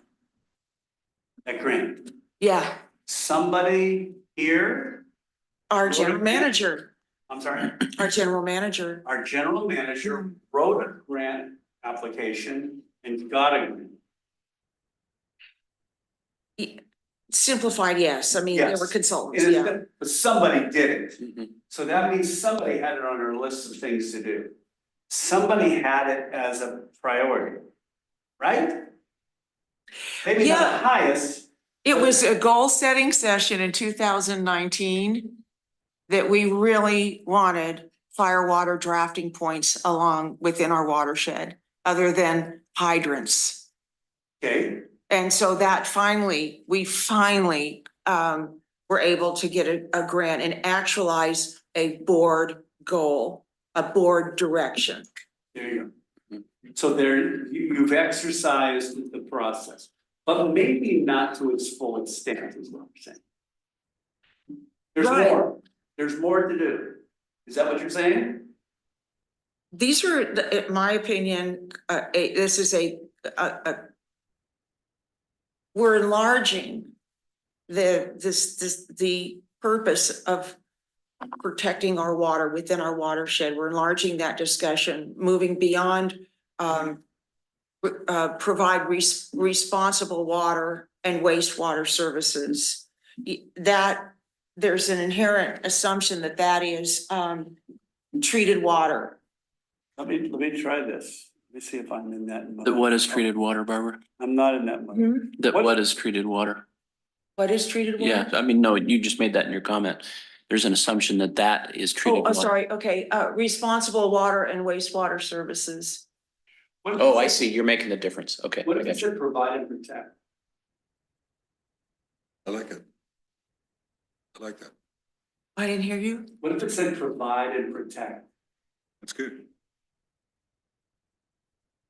So you'd hang Yeah, vision on that. Now, you guys have to speak as a board here. I like that, provide and protect. Because the word responsible is a good word, but it is, it is, I think, not necessary here. I mean, protect, if I had to choose between the two words, I think protect would help staff understand that the board is very serious about protecting our water. So there you tossed that out. That the board is very serious.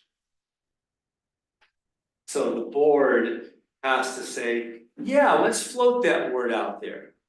Okay, I get what you're Barbara. saying. It's just Barbara, you guys. But you're packaging it well. I mean, you're making the case. That's exactly what you should do. Run. Well, I hear what Barbara's saying, and I agree with it wholeheartedly. The thing that I think is missing besides what she's talking about, but actually she did bring it up, is that we should be including the rest of the county in this process of protecting the water and so on. It's not just TUD that's supposed to be doing it. It's everybody's responsibility. And we're not getting any cooperation from the county when it comes to that. And if you're gonna look at Phoenix Lake, that's why it keeps silting up, is because we're not getting cooperation from the county when they allow certain developments in the way they're done. So the runoff is not controlled properly, picks up sediment and into Phoenix Lake it goes, but it's TUD that has to pay to clean it up. I'd like to add something to what Ron was saying. Okay, All right. Go for it. okay.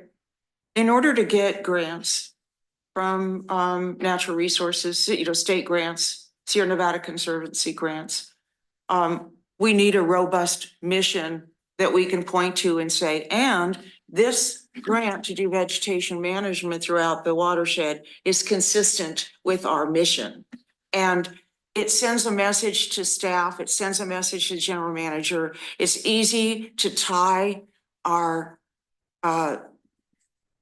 grants with these various agencies. In this case, it was a USDA Wildlife Defense Grant, but I think strengthening our mission to include some level of the word protect, which was good, or stewards of the watershed, makes it easier for us to say to the county, this is our mission, and we need to work collectively to protect the water so that we don't have to raise the rates. Let's say, I mean, yes, we will always have to raise the rates. Brent is absolutely correct. The cost of business goes up. But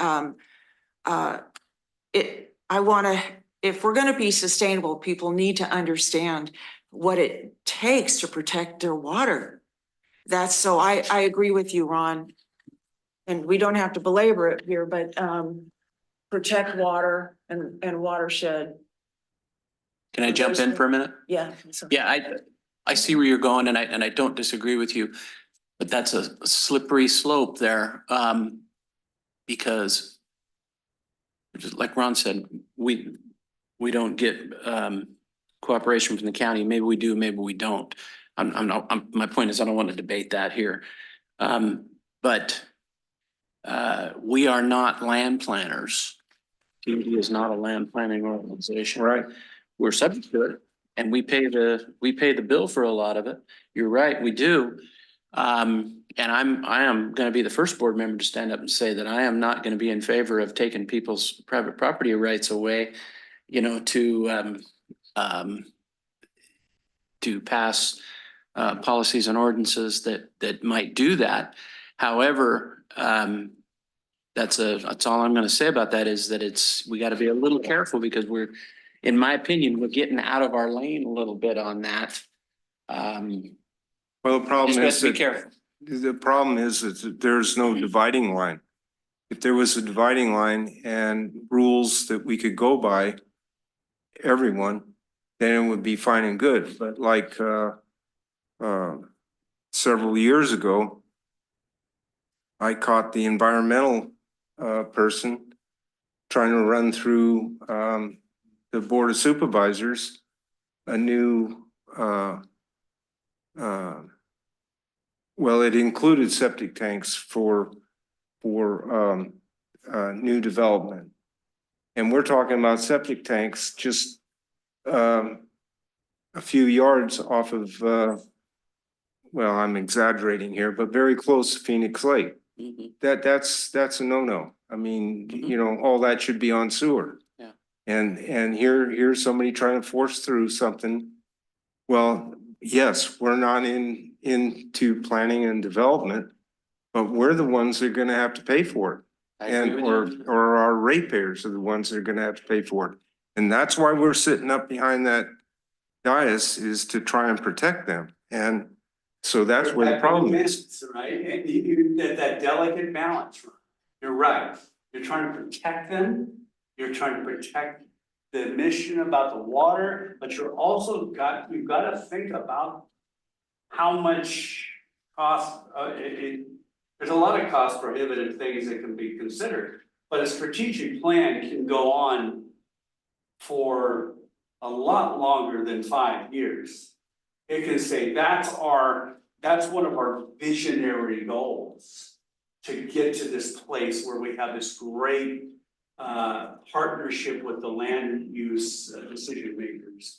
And they come to us when something like that is gonna happen, you know, and it's in there, it's in your strategic plan to have those relationships. And I think Don has good relationships with them, whether or not they run it by you first. And you know, what I put up here is this discussion only for 4-2 today. And so when I go back and I talk to staff after this, I'm gonna say, look at this, and Don's seeing it right now, probably.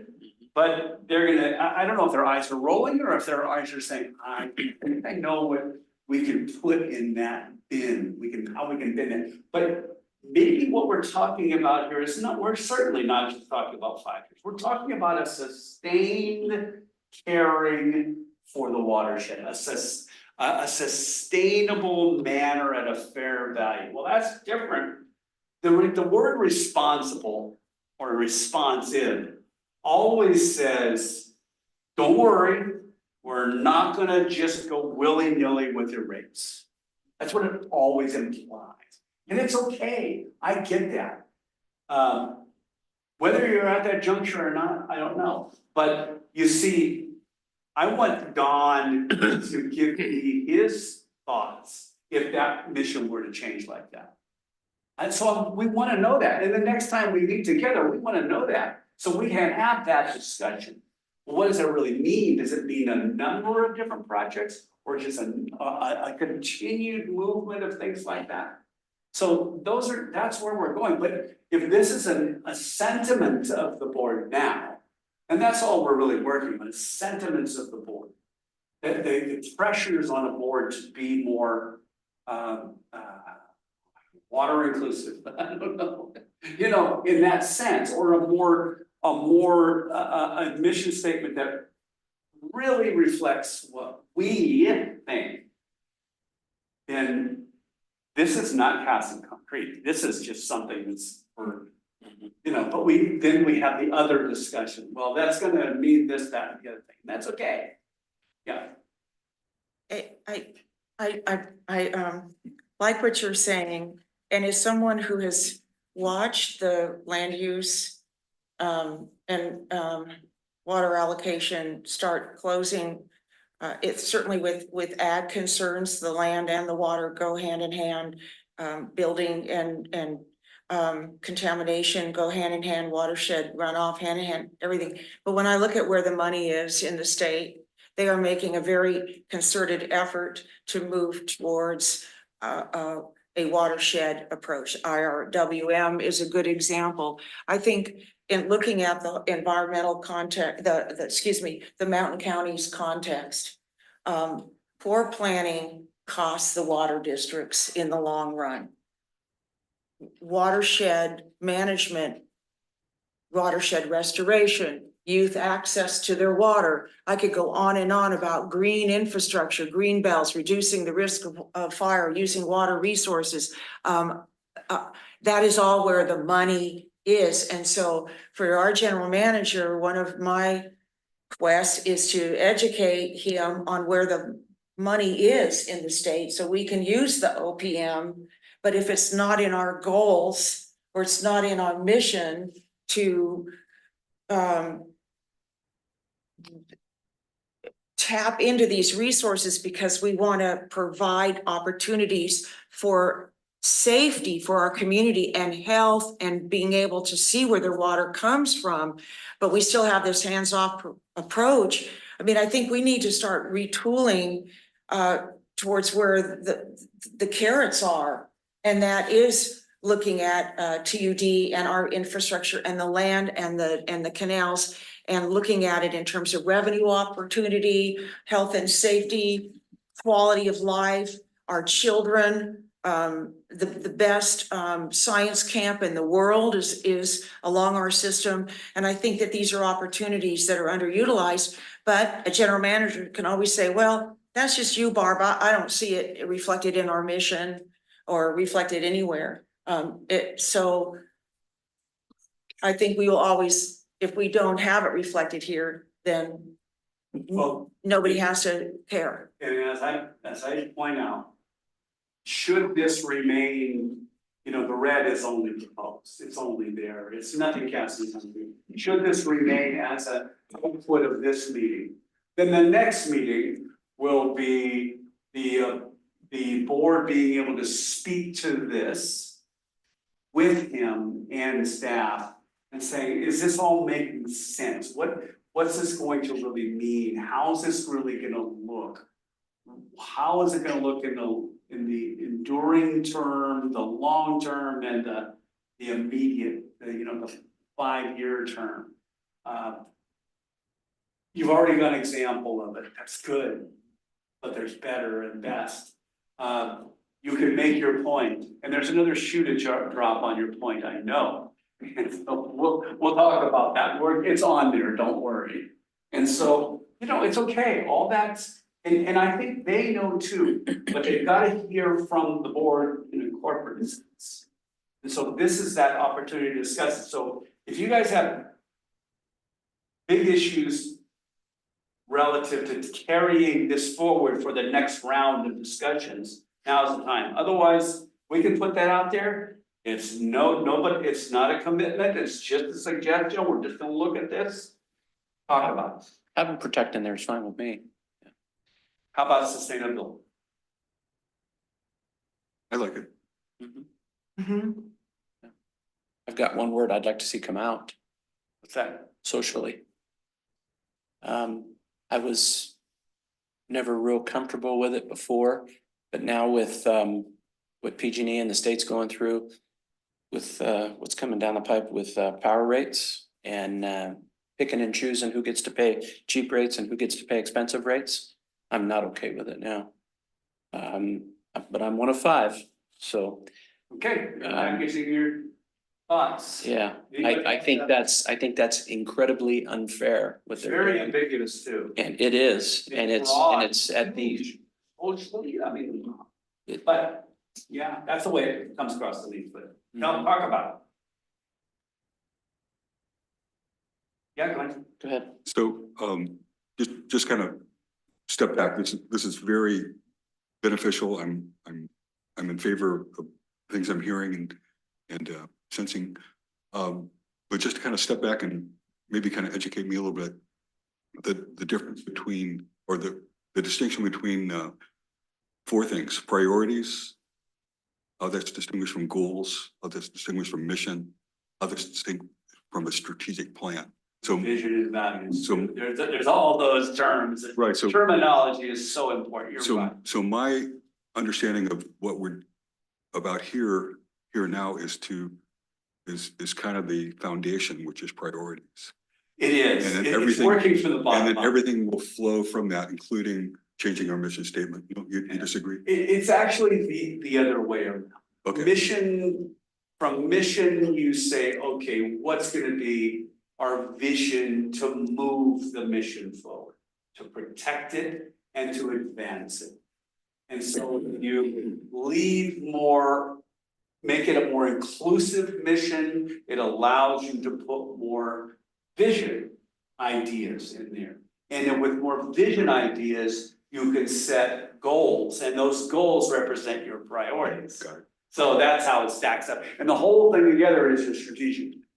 But And- did it focus is priorities, or is it, Well, we're gonna get, are we focusing on I'm trying to, priorities, or but this is really. it's all important to set. it's all intertwined, I understand. It's all intertwined, yeah. Yep. So, Jeff, if you don't like socially, which I'm not wild about myself, what do you think should go in there? I think we don't have to put anything else in there. great customer service in a financially and environmentally sustainable manner at a fair value. For me, I think that reads well.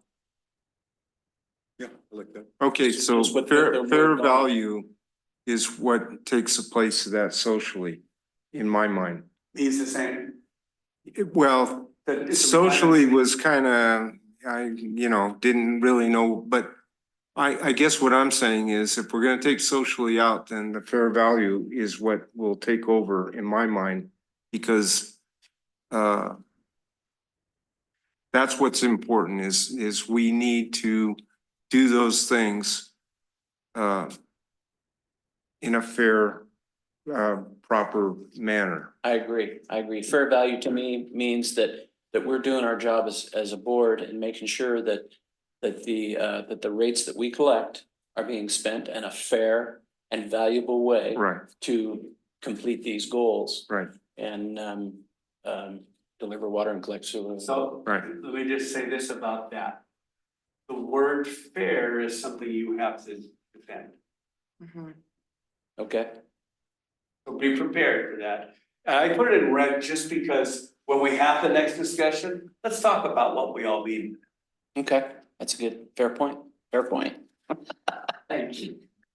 So I know the words socially is a little bit odd, but just reading from the Harvard Business School, their definition is they are saying that the general goal is a sustainable business strategy is to positively impact the environment, society, or both, while also benefiting the shareholders. So this is what is recognized as the triple bottom line. It's not sustainable if we leave one of these out of the equation. I agree, socially seems a little like a dance card, or something. It's not, but that's it. It has to be good for all society, if you will, or the community. Well, and it's, to me, and again, I'm speaking from my own opinion. It's almost like a fad word, a fad that jumped up here a few years back. And I think it's been overutilized. And I think it's been to its original intent's detriment. So those are the things that dwell on me the most. And when this rate thing came up, that was the first thing I thought of, was our mission statement. When that happened, I thought, I would hope. What's that? We put ourselves out there. Yeah, and it just grates on me. And I think I think for TUD, my personal opinion, that it has no business being in our mission Well, statement. let's let that ruminate until the next one. I mean, I just have it in there. You'll get these. I'll send you all these PowerPoint slides and you can review them and cogitate on them. Go ahead.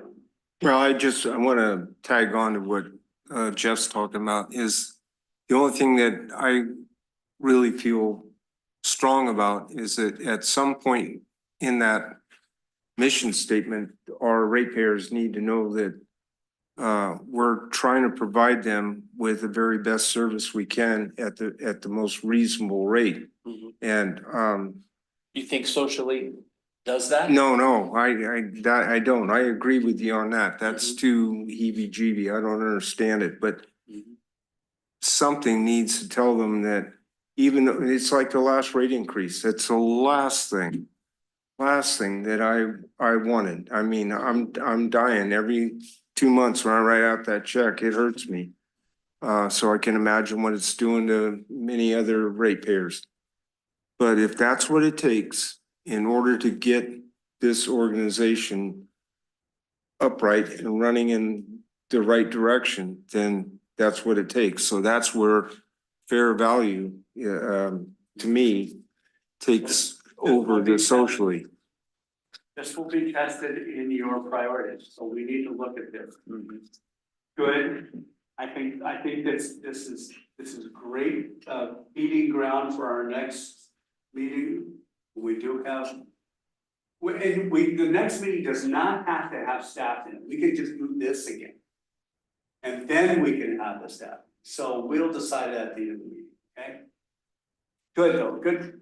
It's really thinking about the words now and the fact that you're a representative and the fact that you need to defend these words. When you propose rate increases, these words come up. How can you call it a fair rate? Enough said. All right, now we're gonna go down to vision, and I'm not gonna spend here a lot, but you see, we mentioned now management of watershed. In some respects, protect. And so we've got to remember that, and we will end the strategic planning process, come up with vision goals. I want to underscore something, and that's, I look at the mission statement as positioning us. We're hoping to acquire PG&E. Now, they have additional revenue streams. They have recreation, and then they have power. And so those are societal things, but we have an opportunity, and we will be in the business of suddenly doubling our sources of revenue. It's not just water and sewer anymore, but it might be power and recreation. And why, so Absolutely. so whether we like it or not, we're gonna be in that those businesses, but we're gonna increase hopefully our revenue, just like some of the other mountain communities that have these amenities that have increased their revenue sources. My fear is that we're not sustainable unless we can do some electricity producing and recreation. And so that's why I feel like I'm adamant. I don't really care where it is, but I want it very clear that we will be in this position, and I want I would like this as one board member to make sure that our mission is consistent with where we're going anyway. It makes it so much easier to get money. Well, and it gives you cover for asking. It Yeah. says right in our mission that we are to do this. Again, I love to balance it off the practical, sensible, right brain approach of staff. And hear it, because that balances my thinking when I'm in your position. So that'll come. And but we will have talked about it. That's the difference of this meeting. We will have talked about it. And maybe we need to talk about it again just for an hour or two. In a little while, let this ruminate and then think about the mission, values, priorities. And I'm gonna go through and mission, vision, value, priority, goals, priority. Okay. So I just want to quickly go over your values that you adopted in 2020. Leadership, stewardship, transparency and openness, collaboration and community engagement, organizational integrity. We haven't talked much about that, but there's some, and highly effective and safe workplace. These are values like you were talking about earlier, Barbara, that staff just keeps. But you really want them to keep these things, and you keep them too. You intend to keep them, but some of those are in your purview, some of them are not. That's all good. But I want you to keep those in mind as you look at your priorities, which we really need to look at. So, mission, vision, values are a good basis for reflecting on priorities. You've been there, you've talked recently about priorities.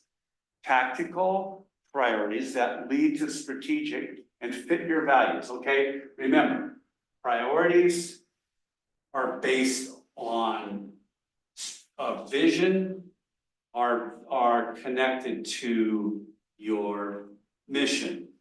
Okay, so it all flows down. That's how you want it to be. The one thing that you guys need to think about, and I know I'll get some eye rolls here from the other side of it, but there's got to be a date column. There's got to be and here's what we think we can do. It's not an accountability comp as much as it is a performance. We're all in this together. I mean, PG&E, you brought up PG&E. It's gonna happen when it happens. You guys are gonna make some huge decisions on snap response. You have to make a decision, and I don't know what's gonna happen. We don't know what's gonna happen. But it's definitely one of your priorities.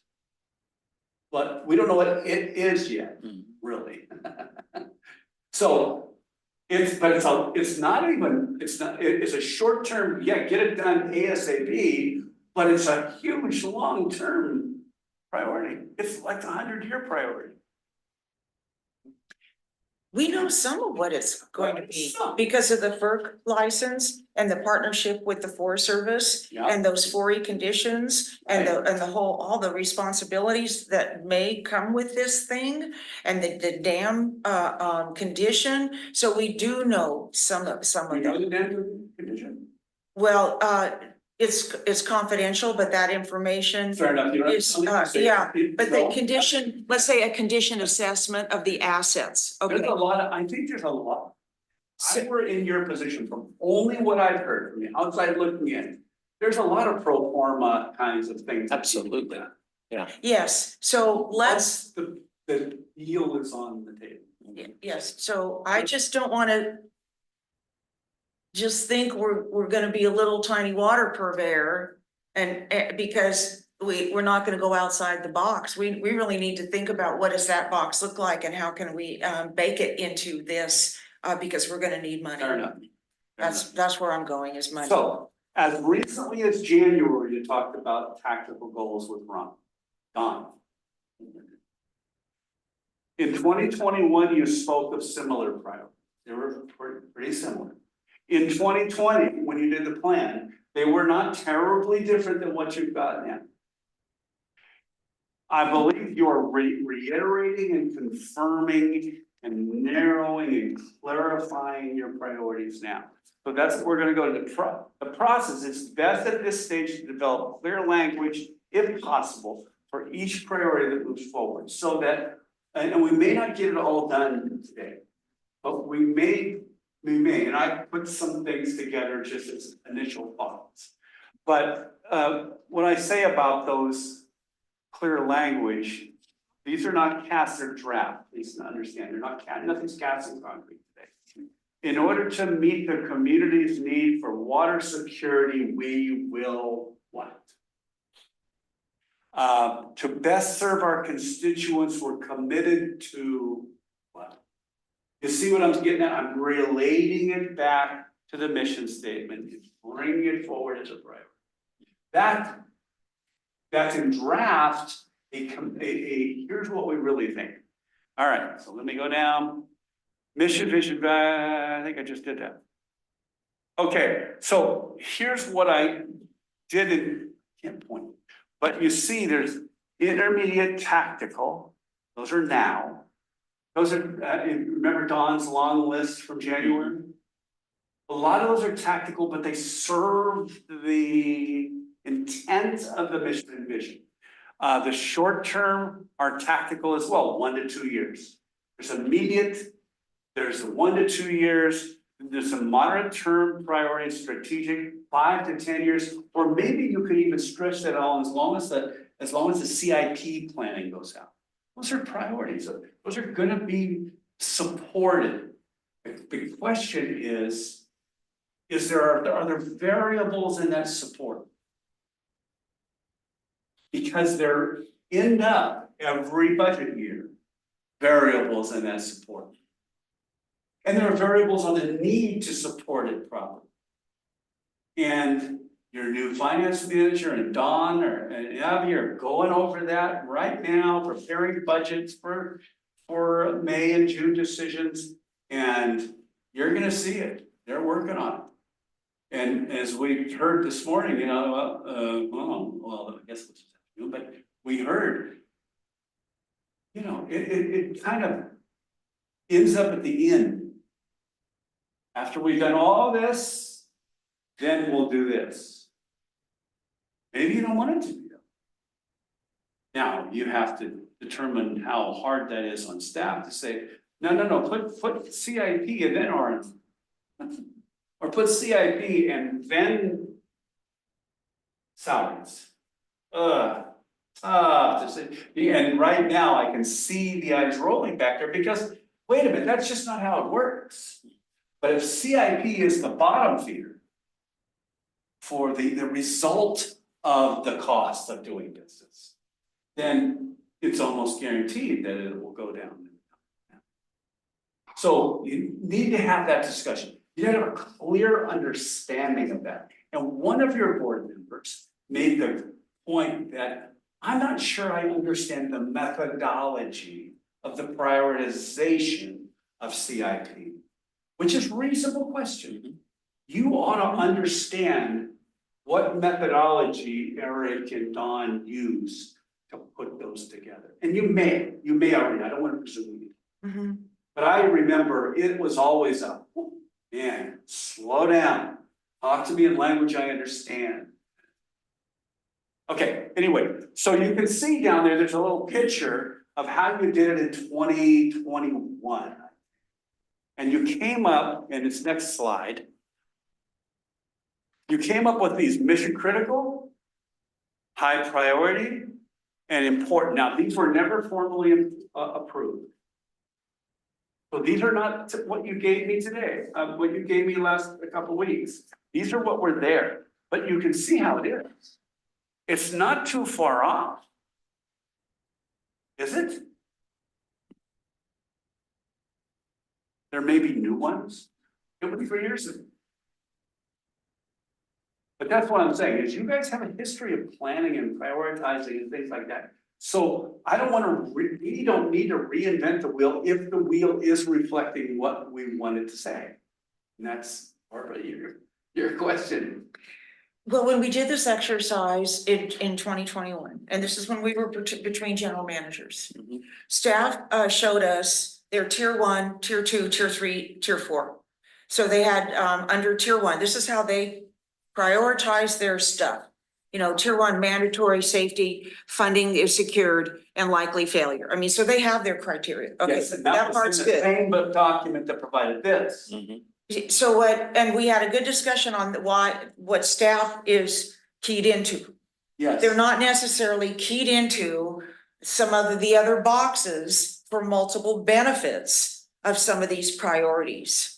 So that's where I just skipped my mind what you had said about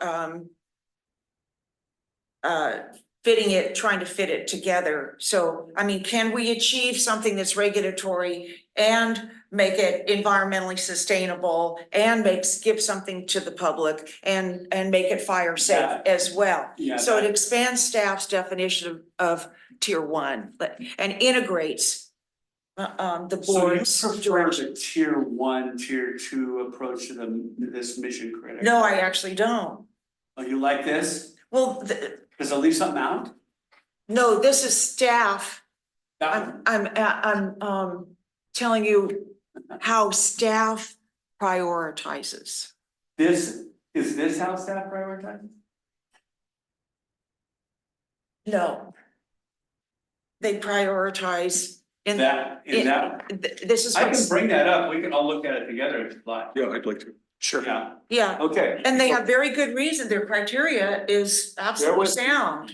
Bear with me. And it's totally from staff point of view. Let's see, there it is. Boom. I can see it anyway, you guys, so bear with me, I'm getting down to that page. Here. Now, gotta go back to Zoom, share my screen. That. And is it there? That's it. Mhm. Okay. And then underneath, like the criteria discussion is. So we may have some kind of priority. And staff is really this number 1 tier, this mandatory tier, especially for with failure. Safety, et cetera. So this, just so all you guys know, this is what grounds them. In that when they're thinking about their CIP. And So going back to CIP. Remember, staff comes across, and we want them to come across in the professional, clinical way. Of course. You need to reflect the values of the community as elected officials. And so it's a mix of that That's this process. This is really an interesting process. So fun for me. Because I really wanted to mesh. And you do too. And I think they do, but the practicality of it, they need to assess so that you know what you're getting into if you change it. You know what I mean? I mean, there's the elephant in the room is PG&E. It's the elephant. It's the big wander in here right now, say, okay, we're ready. Wow, all this, okay, let's just shove this aside and deal with the elephant. But right now it's not here.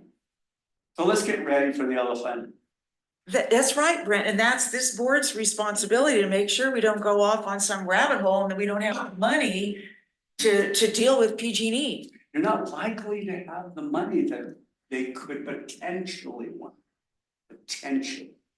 We don't know. I think we know. We think we might have a handle on that, but we don't know for sure. Getting into confidentialities again, but. I know, but they've been through a lot. Mhm. I'm pointing to Sacramento. Am I pointing to Sacramento? Pretty much, yeah, Yeah. north. I'm pointing to Sacramento. They've been through a lot. They could come out of that lot completely different. I don't think so. But it's gonna be like absolutely thrilling to find out how that's all, how this all comes together. Thrilling's a good word. I can't, you've got to know that if it magically all comes together, I will consider myself a tiny part of that wonderful event. If it's a big if, I don't know how big it is.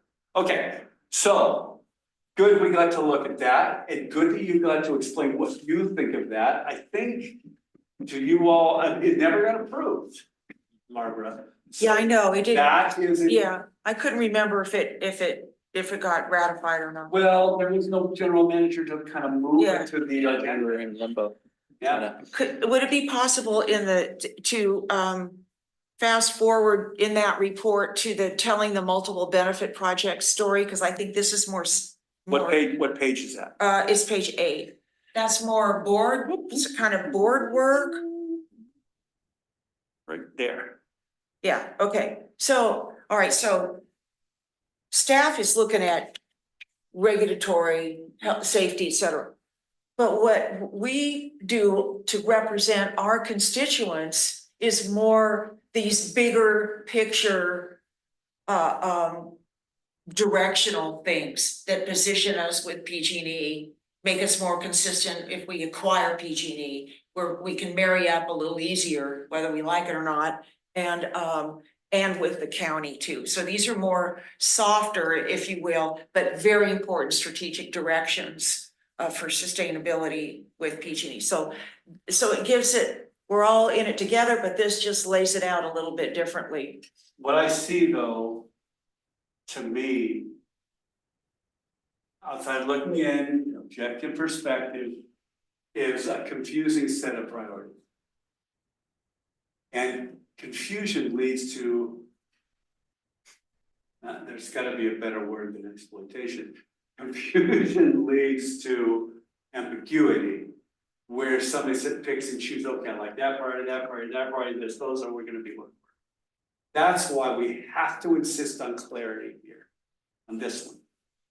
So we'll use these models maybe, we'll look at what was proposed, we'll include it all, and then we'll weed it out until we come up with what we all collectively feel is right.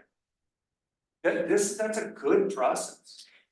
For me, the four goals, economic vitality, public health and safety, environmental sustainability, and the rest of the slide, that I do believe that that's my charge for the people in, not just our customers, but the whole county. I want to keep the whole county safe from fire if possible and be in a position to utilize our resources. And that is a much more larger charge or responsibility than just making sure somebody, gets good water. I'm not belittling that at all. I want to make sure somebody gets good raw water too. Yes. So The question comes from the top down.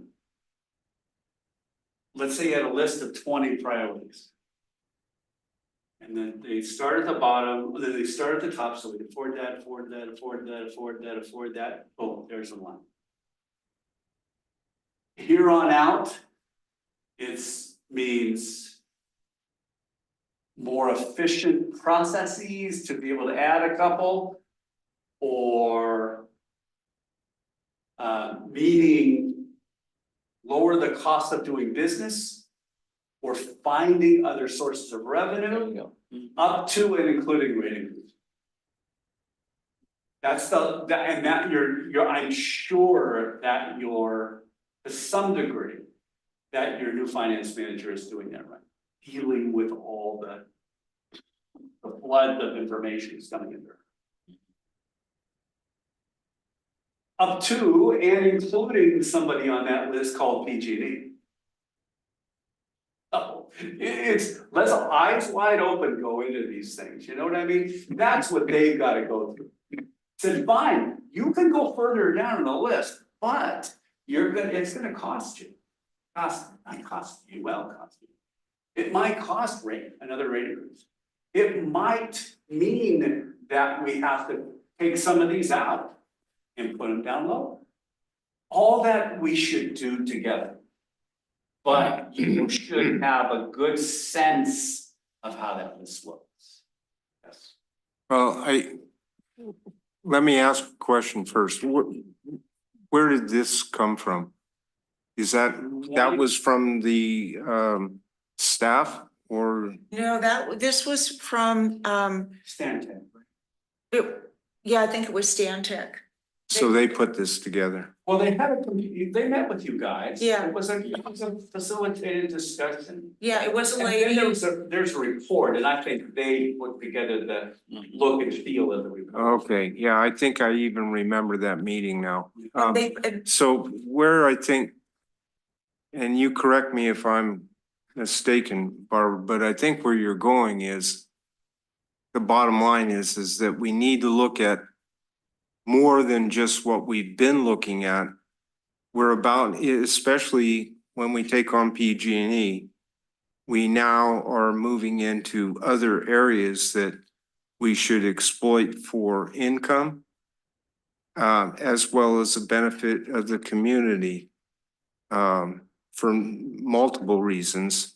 And that's what we have not been doing. It's been more just infrastructure, because we've been so far behind. When the county turned it over to TUD, good Lord, it was a mess, and we're cleaning it up, but we still got a ways to go.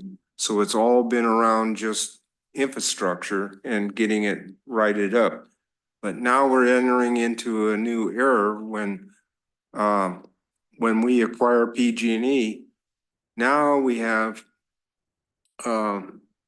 recreation possibilities, and there could be some income come off of that. And there's going to be other opportunities which we need to look into, and like power and so on, and make a buck off of it for our ratepayers to keep the rates down. Am I correct that that's where you're going? you're absolutely correct. And you know why the building was built this big? Way Yeah, back when? I know that big room back there was For- supposed to be PG&E, right, That board was planning, right. and it hopefully will pay off given the cost of construction now. So that's exactly right, Ron. So 20 years from now, the people that you represent, you may or may not be here. Oh, Might be. 20 years from now, people will look back and say, what about that decision? It's huge. Because there's some multiple elements, right? And the pro formas that I was talking about, the financial pro forma. You know, because there's a lot of assumptions regarding the income versus the realities, the cost of dam maintenance, there's a lot of variables out there. On the other hand, there's also competition. And you wanna, and there's water rights, the golden ticket, water rights. And 20 years from now, people will say, boy, that board was they made the tough decision. They did their homework, they saw this coming, they did the best thing that could ever happen. Or they could say, those people back in 2024, they sold us down the river. So what you've got to do, and then what staff has got to do, and what these legions of attorneys, I don't know if you have legions, but you know, the attorney or two that you have looking at all that. You know, this is a very interesting thing, because it is, now, I'm gonna go off of this one now, Barb, because you explain it, and I appreciate it. But I've got to go now to my, no, that's not it. So I'm gonna go back down to my power. I hope I'm doing over there, all right over there, Corey. All good? Thank you, sir. That, get that up. Go back to sharing the screen. Go to Zoom. I have to talk myself through this. I didn't used to be able to have to do that, but I do now. And share. And there. So you don't have to stack them up right. But remember, that was the way it kind of came out in another, same report, another way of expressing your priorities. There were 3 ways of expressing your priorities in that report. And that's what made it a little dicey to me.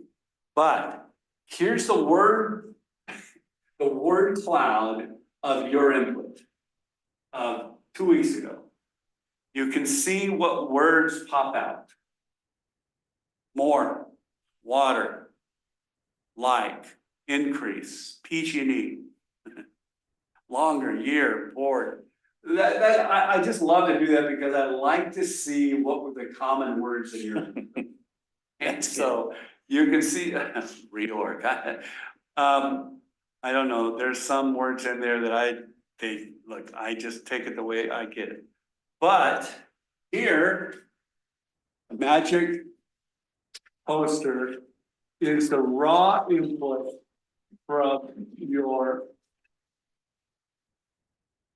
input. Number 1, most votes. In other words, if you put yellow stickies, you know, and I gave you all those, CIP.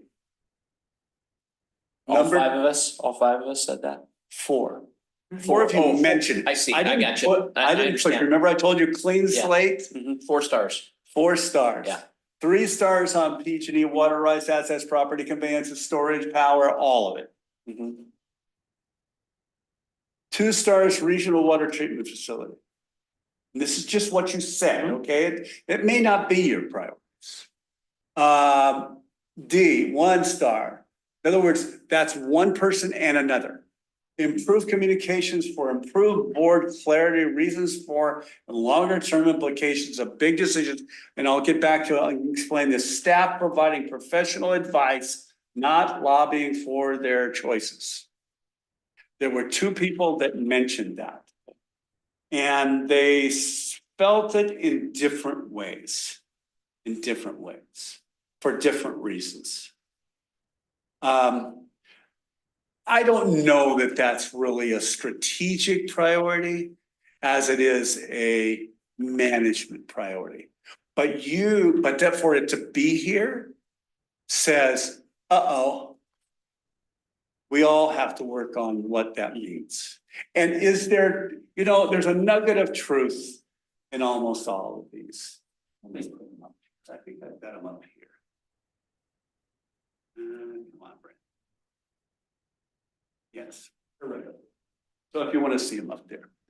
Weave in recreational opportunities where possible. I don't have to tell you where this one came from.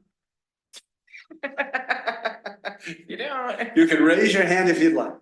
Dog park, trails, self-managed recreation, life quality opportunities. That was those 4 boxes. There was one of those that kind of express it. balance the perspective on flumes and ditches to ands, not ors. One of you mentioned that. And that, some of you mentioned this and what that really means and how that really looks and all the particulars of that. And this kind of relates to that and kind of relates to self-managed recreation. There's lots of, and if you do get PG&E, you're in the recreation. That's right.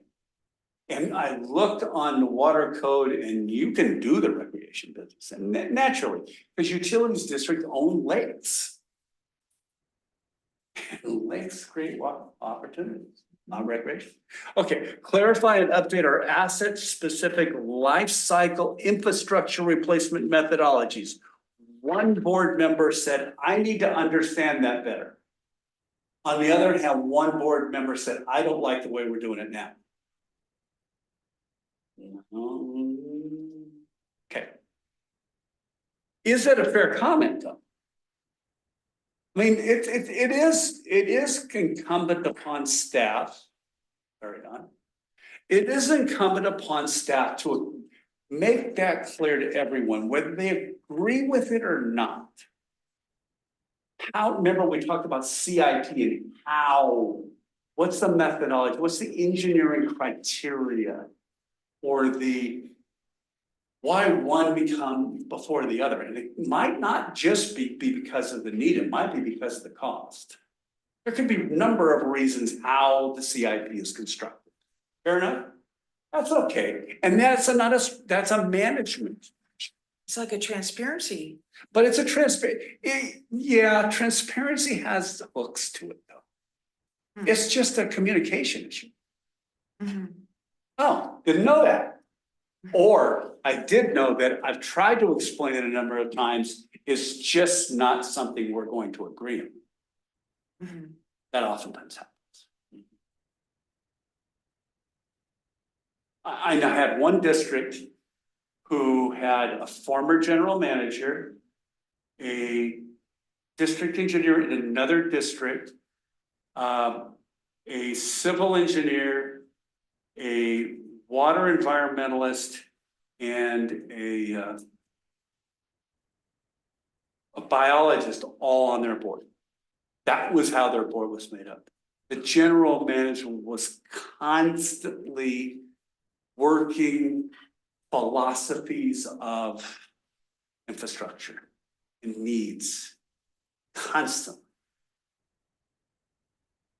Oh, and one of them was a former engineer that had retired 2 years ago from the district. So that's tough. You know where the skeletons are. You know No what I grant mean? writer on the board? No Pardon grant me? writer? No grant writer on the board to pull it all together?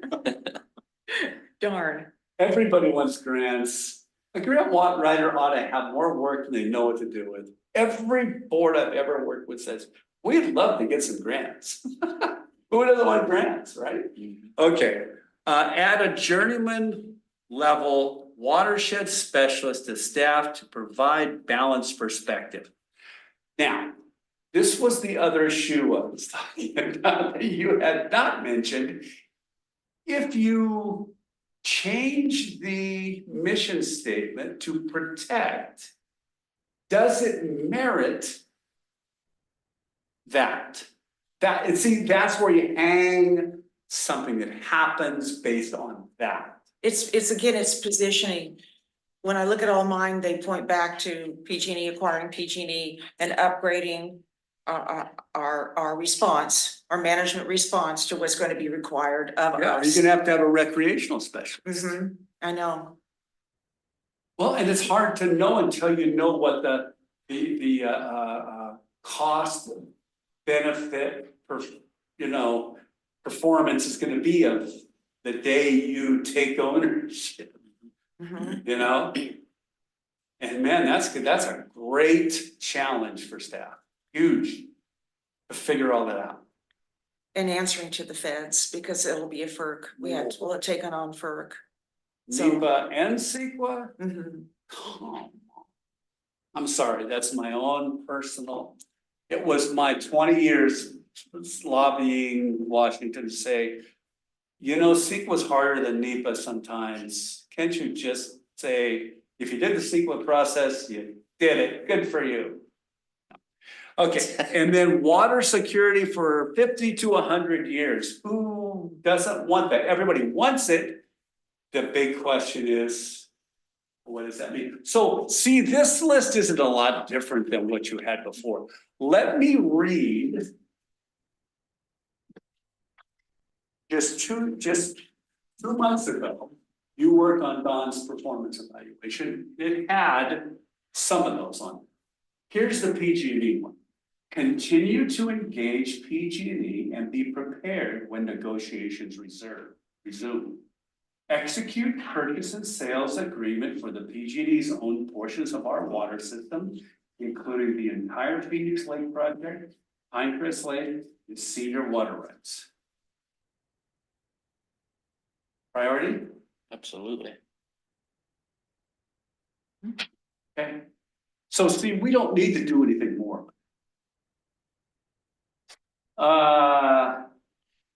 Chicken ranch area, 6,000 acre feet. Next CIP, bullet. The CPV contract. yes, that's what I mean. Help manage the community wildlife defense grant, working closely with our consultants. That's our fire water draft points. That's a who? The developing fire water draft points. Maintenance activities to enhance vegetation and management, that's implement that, right? Secure funding for Sierra Pines. See, it is much more detailed, so it's beginning to get down into tactical stuff. And you know what that is, right? That's the regional water treatment plant facility.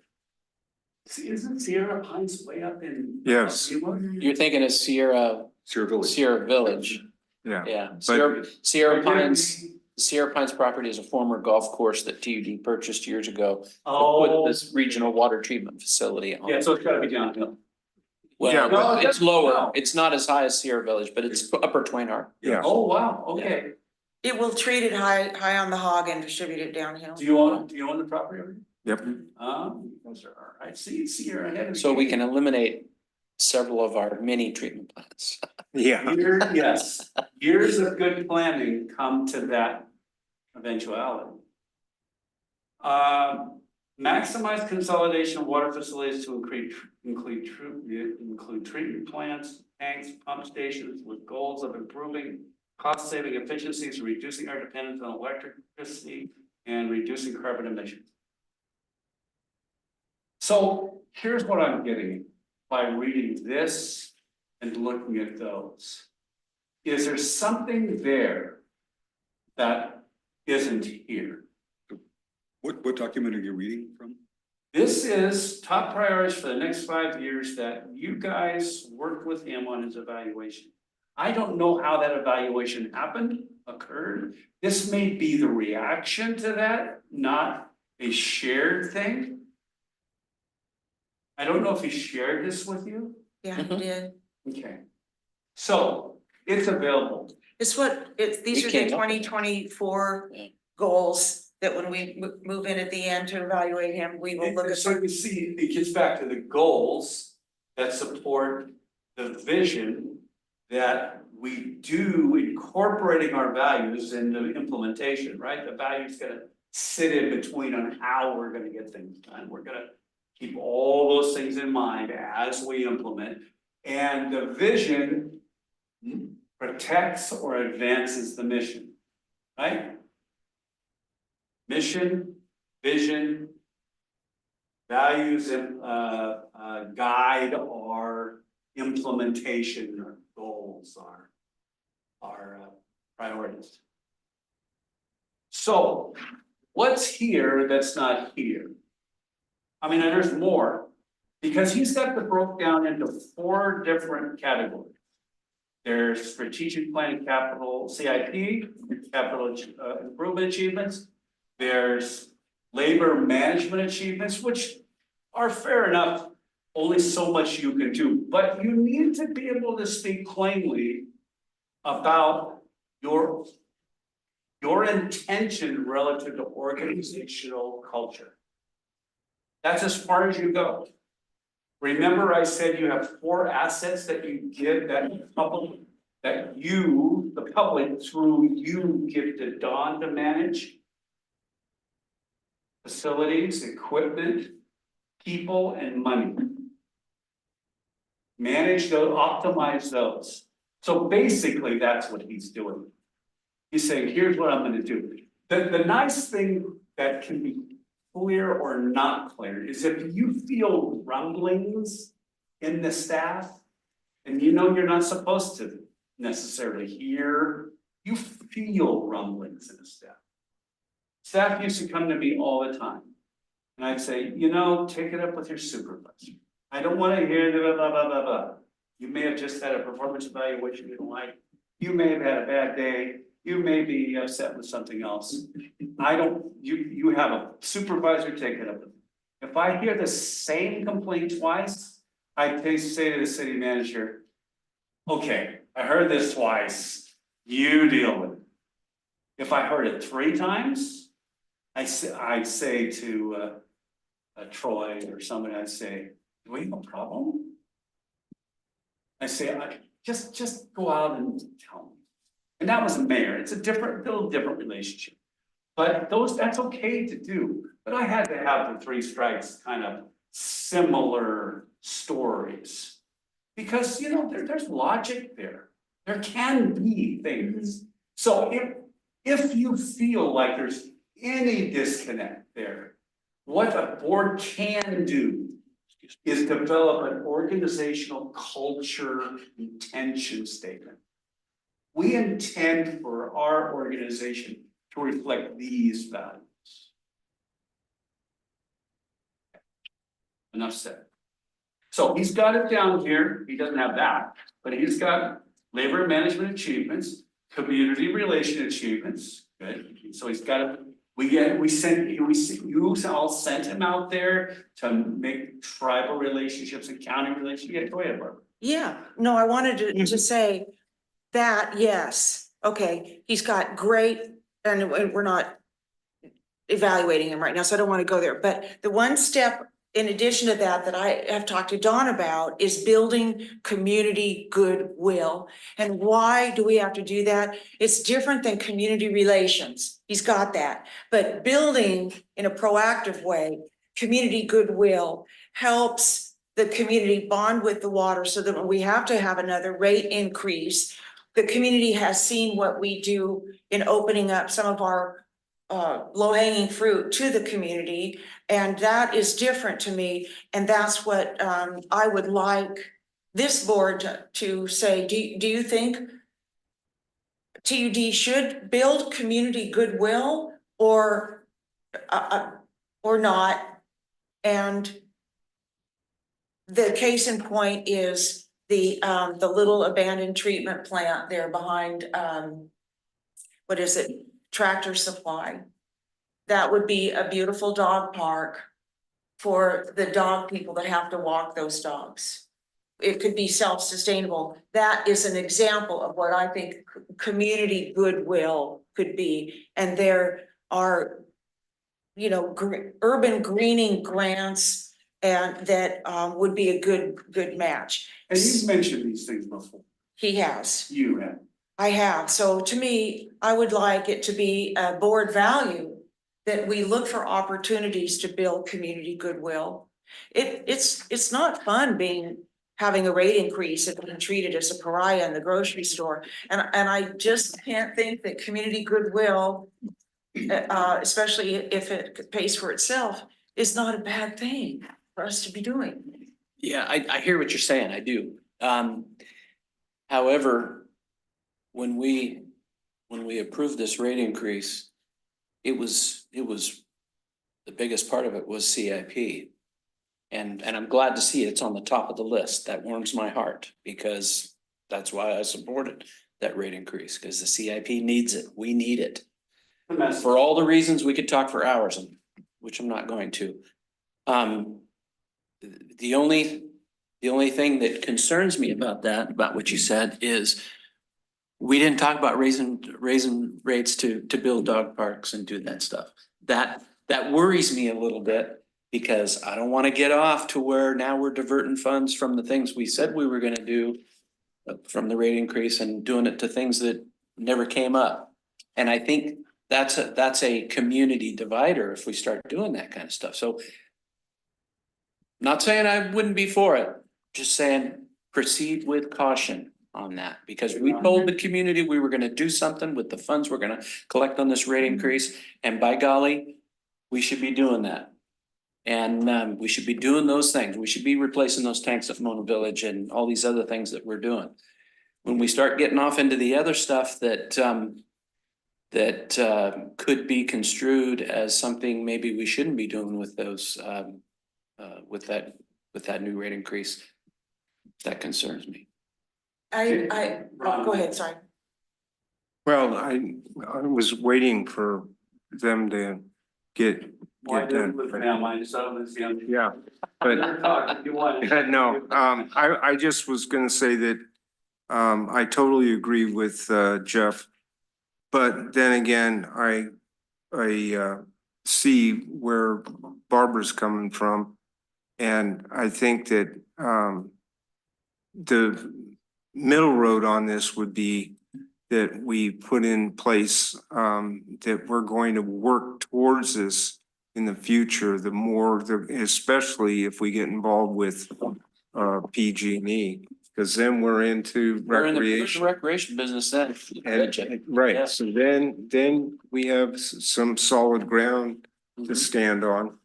And I think your idea about the dog park's just great, but one is what Jeff brought up about how are you gonna explain that to the folks that we just raised rates on, and it was all for CIP.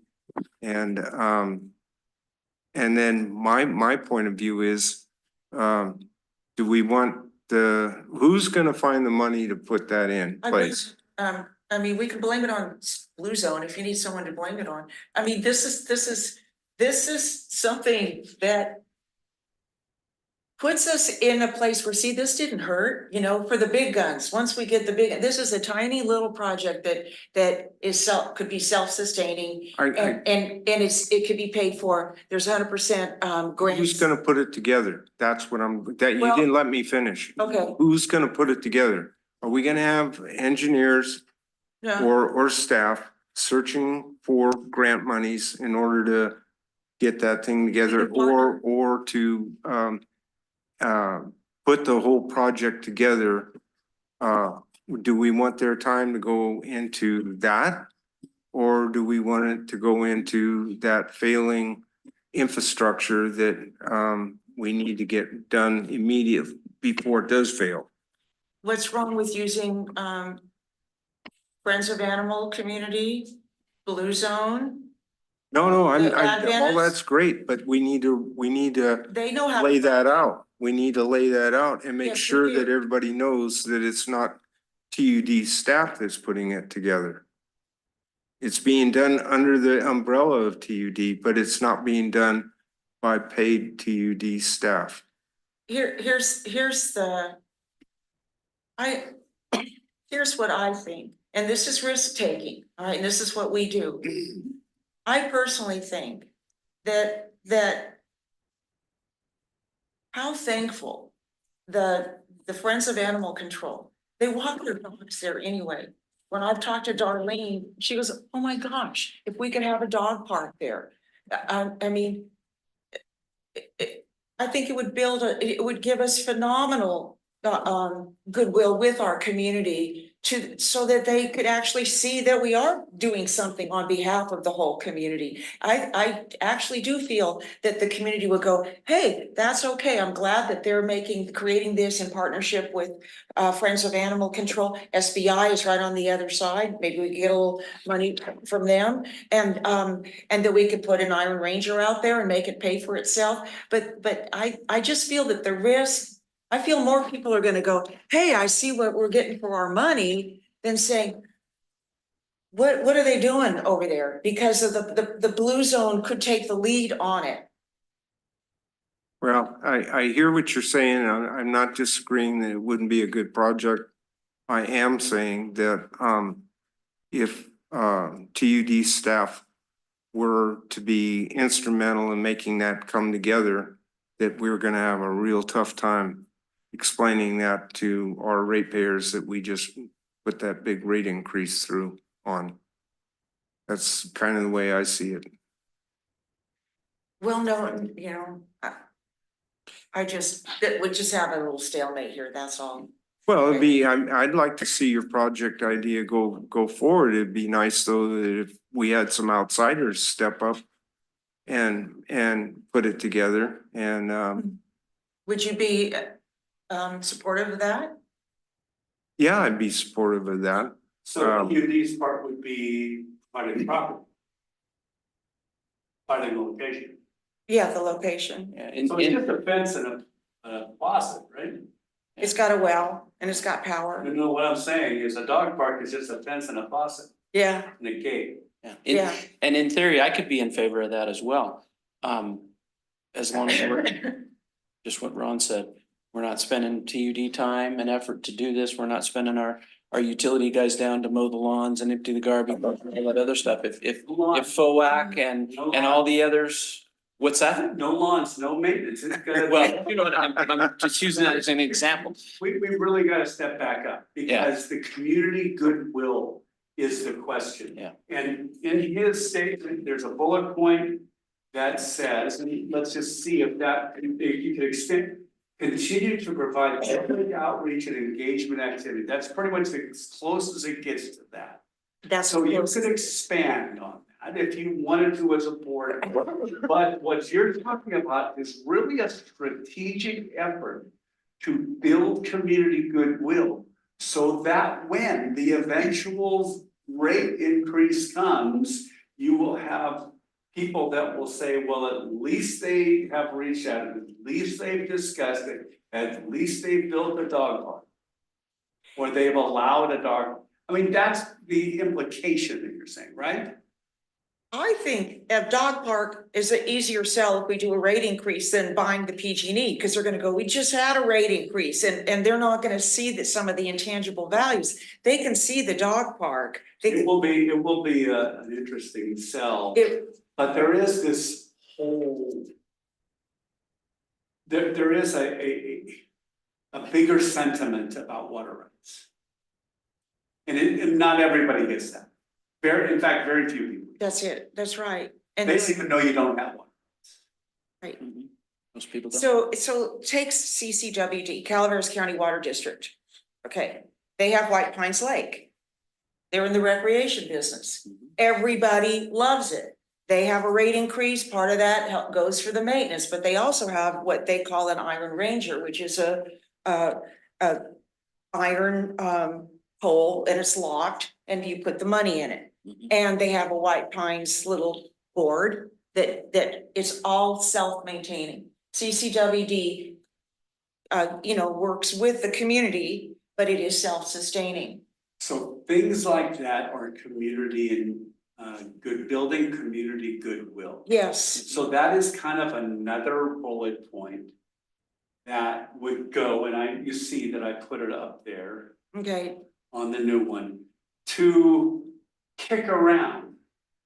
But what these two guys are bringing up is, man, not at the risk of spending appearing to spend what was intended to be the CIP money.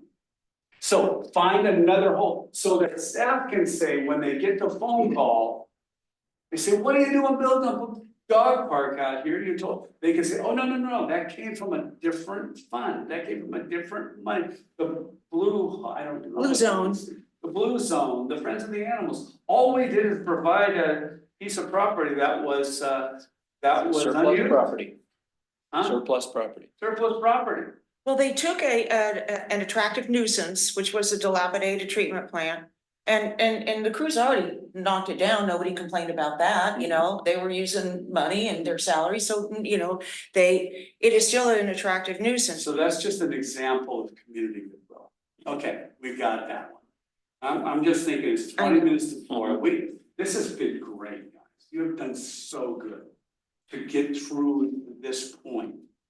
I do want to point out, and I'm almost done, that the only thing I didn't point out with those priorities that you had recently worked on is he had community relations achievements, and we added to that maybe, and he had administrative, legal, and support achievements.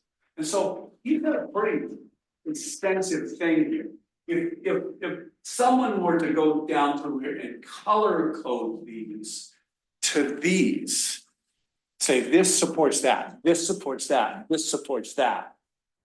And there was, you had color on each of them. Then you could say, okay, the question here is anything, there's things left out. This isn't comprehensive. There are other strategic priorities that you probably have. I need for you to look that over in the interim between the next time we do this. And look, the next time we do this, we'll start from here, not all that other stuff we talked about earlier. And so we only need an hour, hour and a half together. Then I want to be able to talk to staff and get prepared for the strategic planning, where we start plugging it in, we start looking at the mission as we propose differently, we start reflecting that in vision, we start looking at those goals and saying, are they new, are they old, are they relevant, are they gone, do we keep and toss all those? How do those reflect these? And do these fit in as goals relative to these? It's all making sense to you? It's a math equation, it's not, but it's not that difficult. I think, however, that this one and this one and this, maybe this one, this is indeed is that in your missions? Is that in your mission? Because the thing that's important about this one is it's 50 to 100 years. And look, it really does just link back up to that one, doesn't it? Mhm. It really links to this one. Okay, we're doing things, I think are we doing everything we can to support this? No. I thought I had you on that. So what more can be done?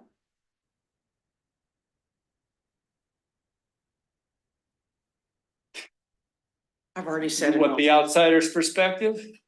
Well, let me say something, then you can say it, because Go. I hope it's partly the same.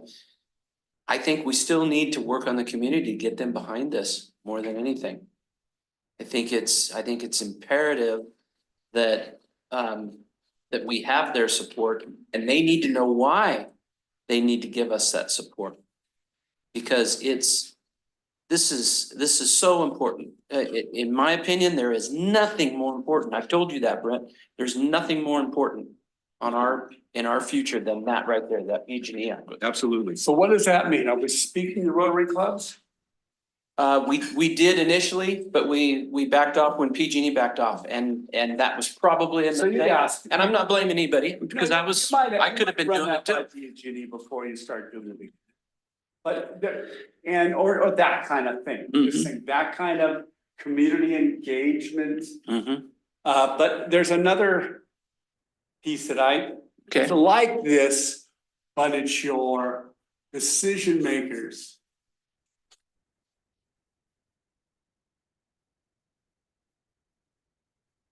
Those that have influence.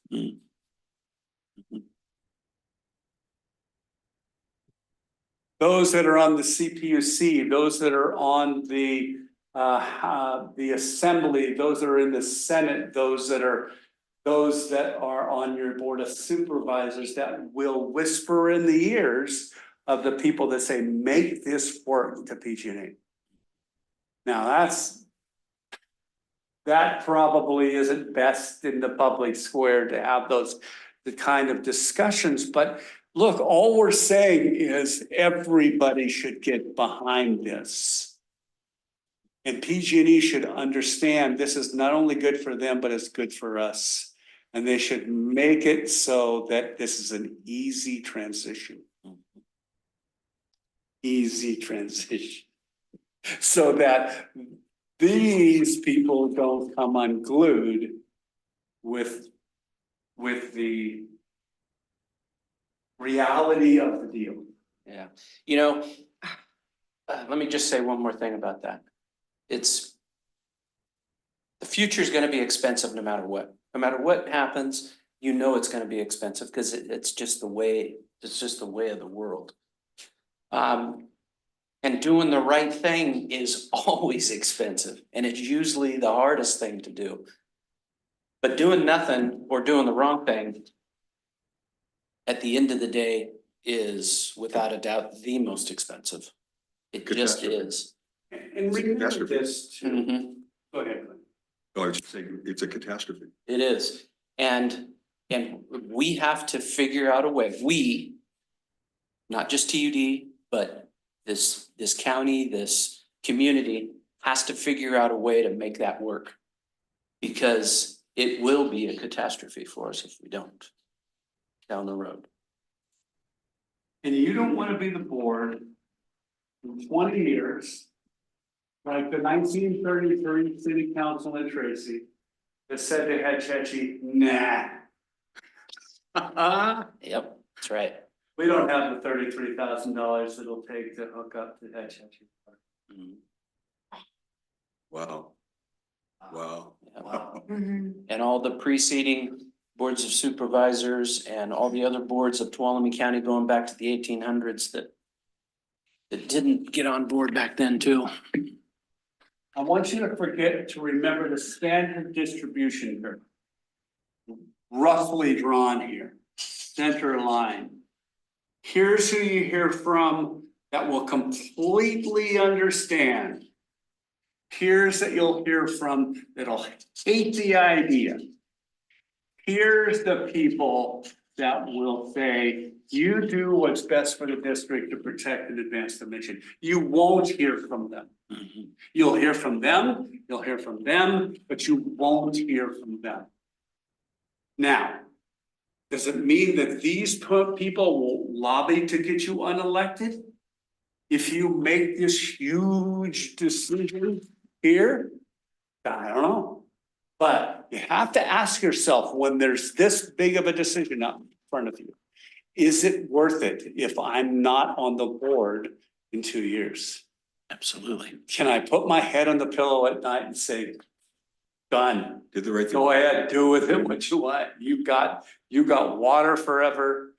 You've got responsibilities, yes.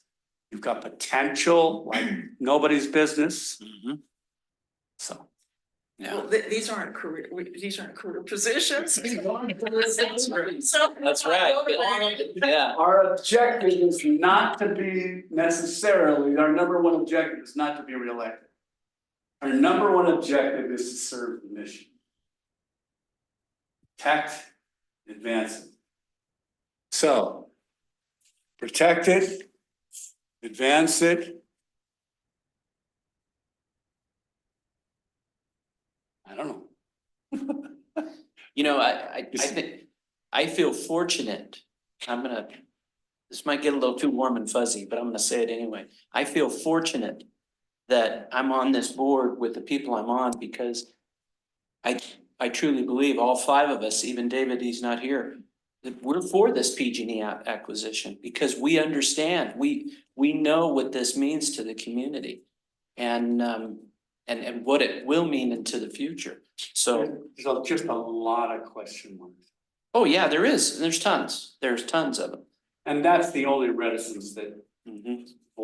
the board mentioned to me. Is that, man, I wish we knew. But to have the opportunity, is the big thing. We just need to do the right thing. Yeah, nothing, where does that opportunity exist? I think we spoke. Ron? Yeah, well, I agree with Jeff, but I want to know why you keep questioning C? I don't know. Talk about C. Well, I'd love to. TUD's issue has been from day one that they inherited a huge mess from the county. And we've been trying to dig our way out of it ever since. The infrastructure was old, failing. I can get into real details on it because I've really gone into this. But that regional water treatment facility in Sierra Pines is going to be a huge plus for TUD organization, but mostly saving money for the TUD ratepayer for years and years, well, into perpetuity, I'm sure. That huge treatment plant is going to be gravity, which fits right in with where electrical costs are going right now. It's going to be gravity, and it's going to eliminate, I can't remember how many failing or old treatment plants, and also going to minimize the amount of people we need to be running all those things. The trucks running to individual water treatment plants are going to be cut down. It's a huge savings. So it belongs right where it's at. If not even, well, it can't get past PG&E. PG&E is always going to be number one, but it's right there. Number one right now, But that's right underneath it. well, that's how it came out. I mean, look, this wasn't a vote, this was Yeah. just a poll. And so, fair enough, I don't know the downsides, upsides of these things, all I know is how I came up with it. I don't know where it sits on his priority list either. In terms, but there's gotta be a lot of planning and a lot of engineering and design and hydrology going into that, right? Oh, it's been going on for years. Okay. We're getting close to where it's actually going to get implemented. Okay, how does everybody else feel about that? Yeah, absolutely. Yeah, we're quite a ways down the road on that, actually.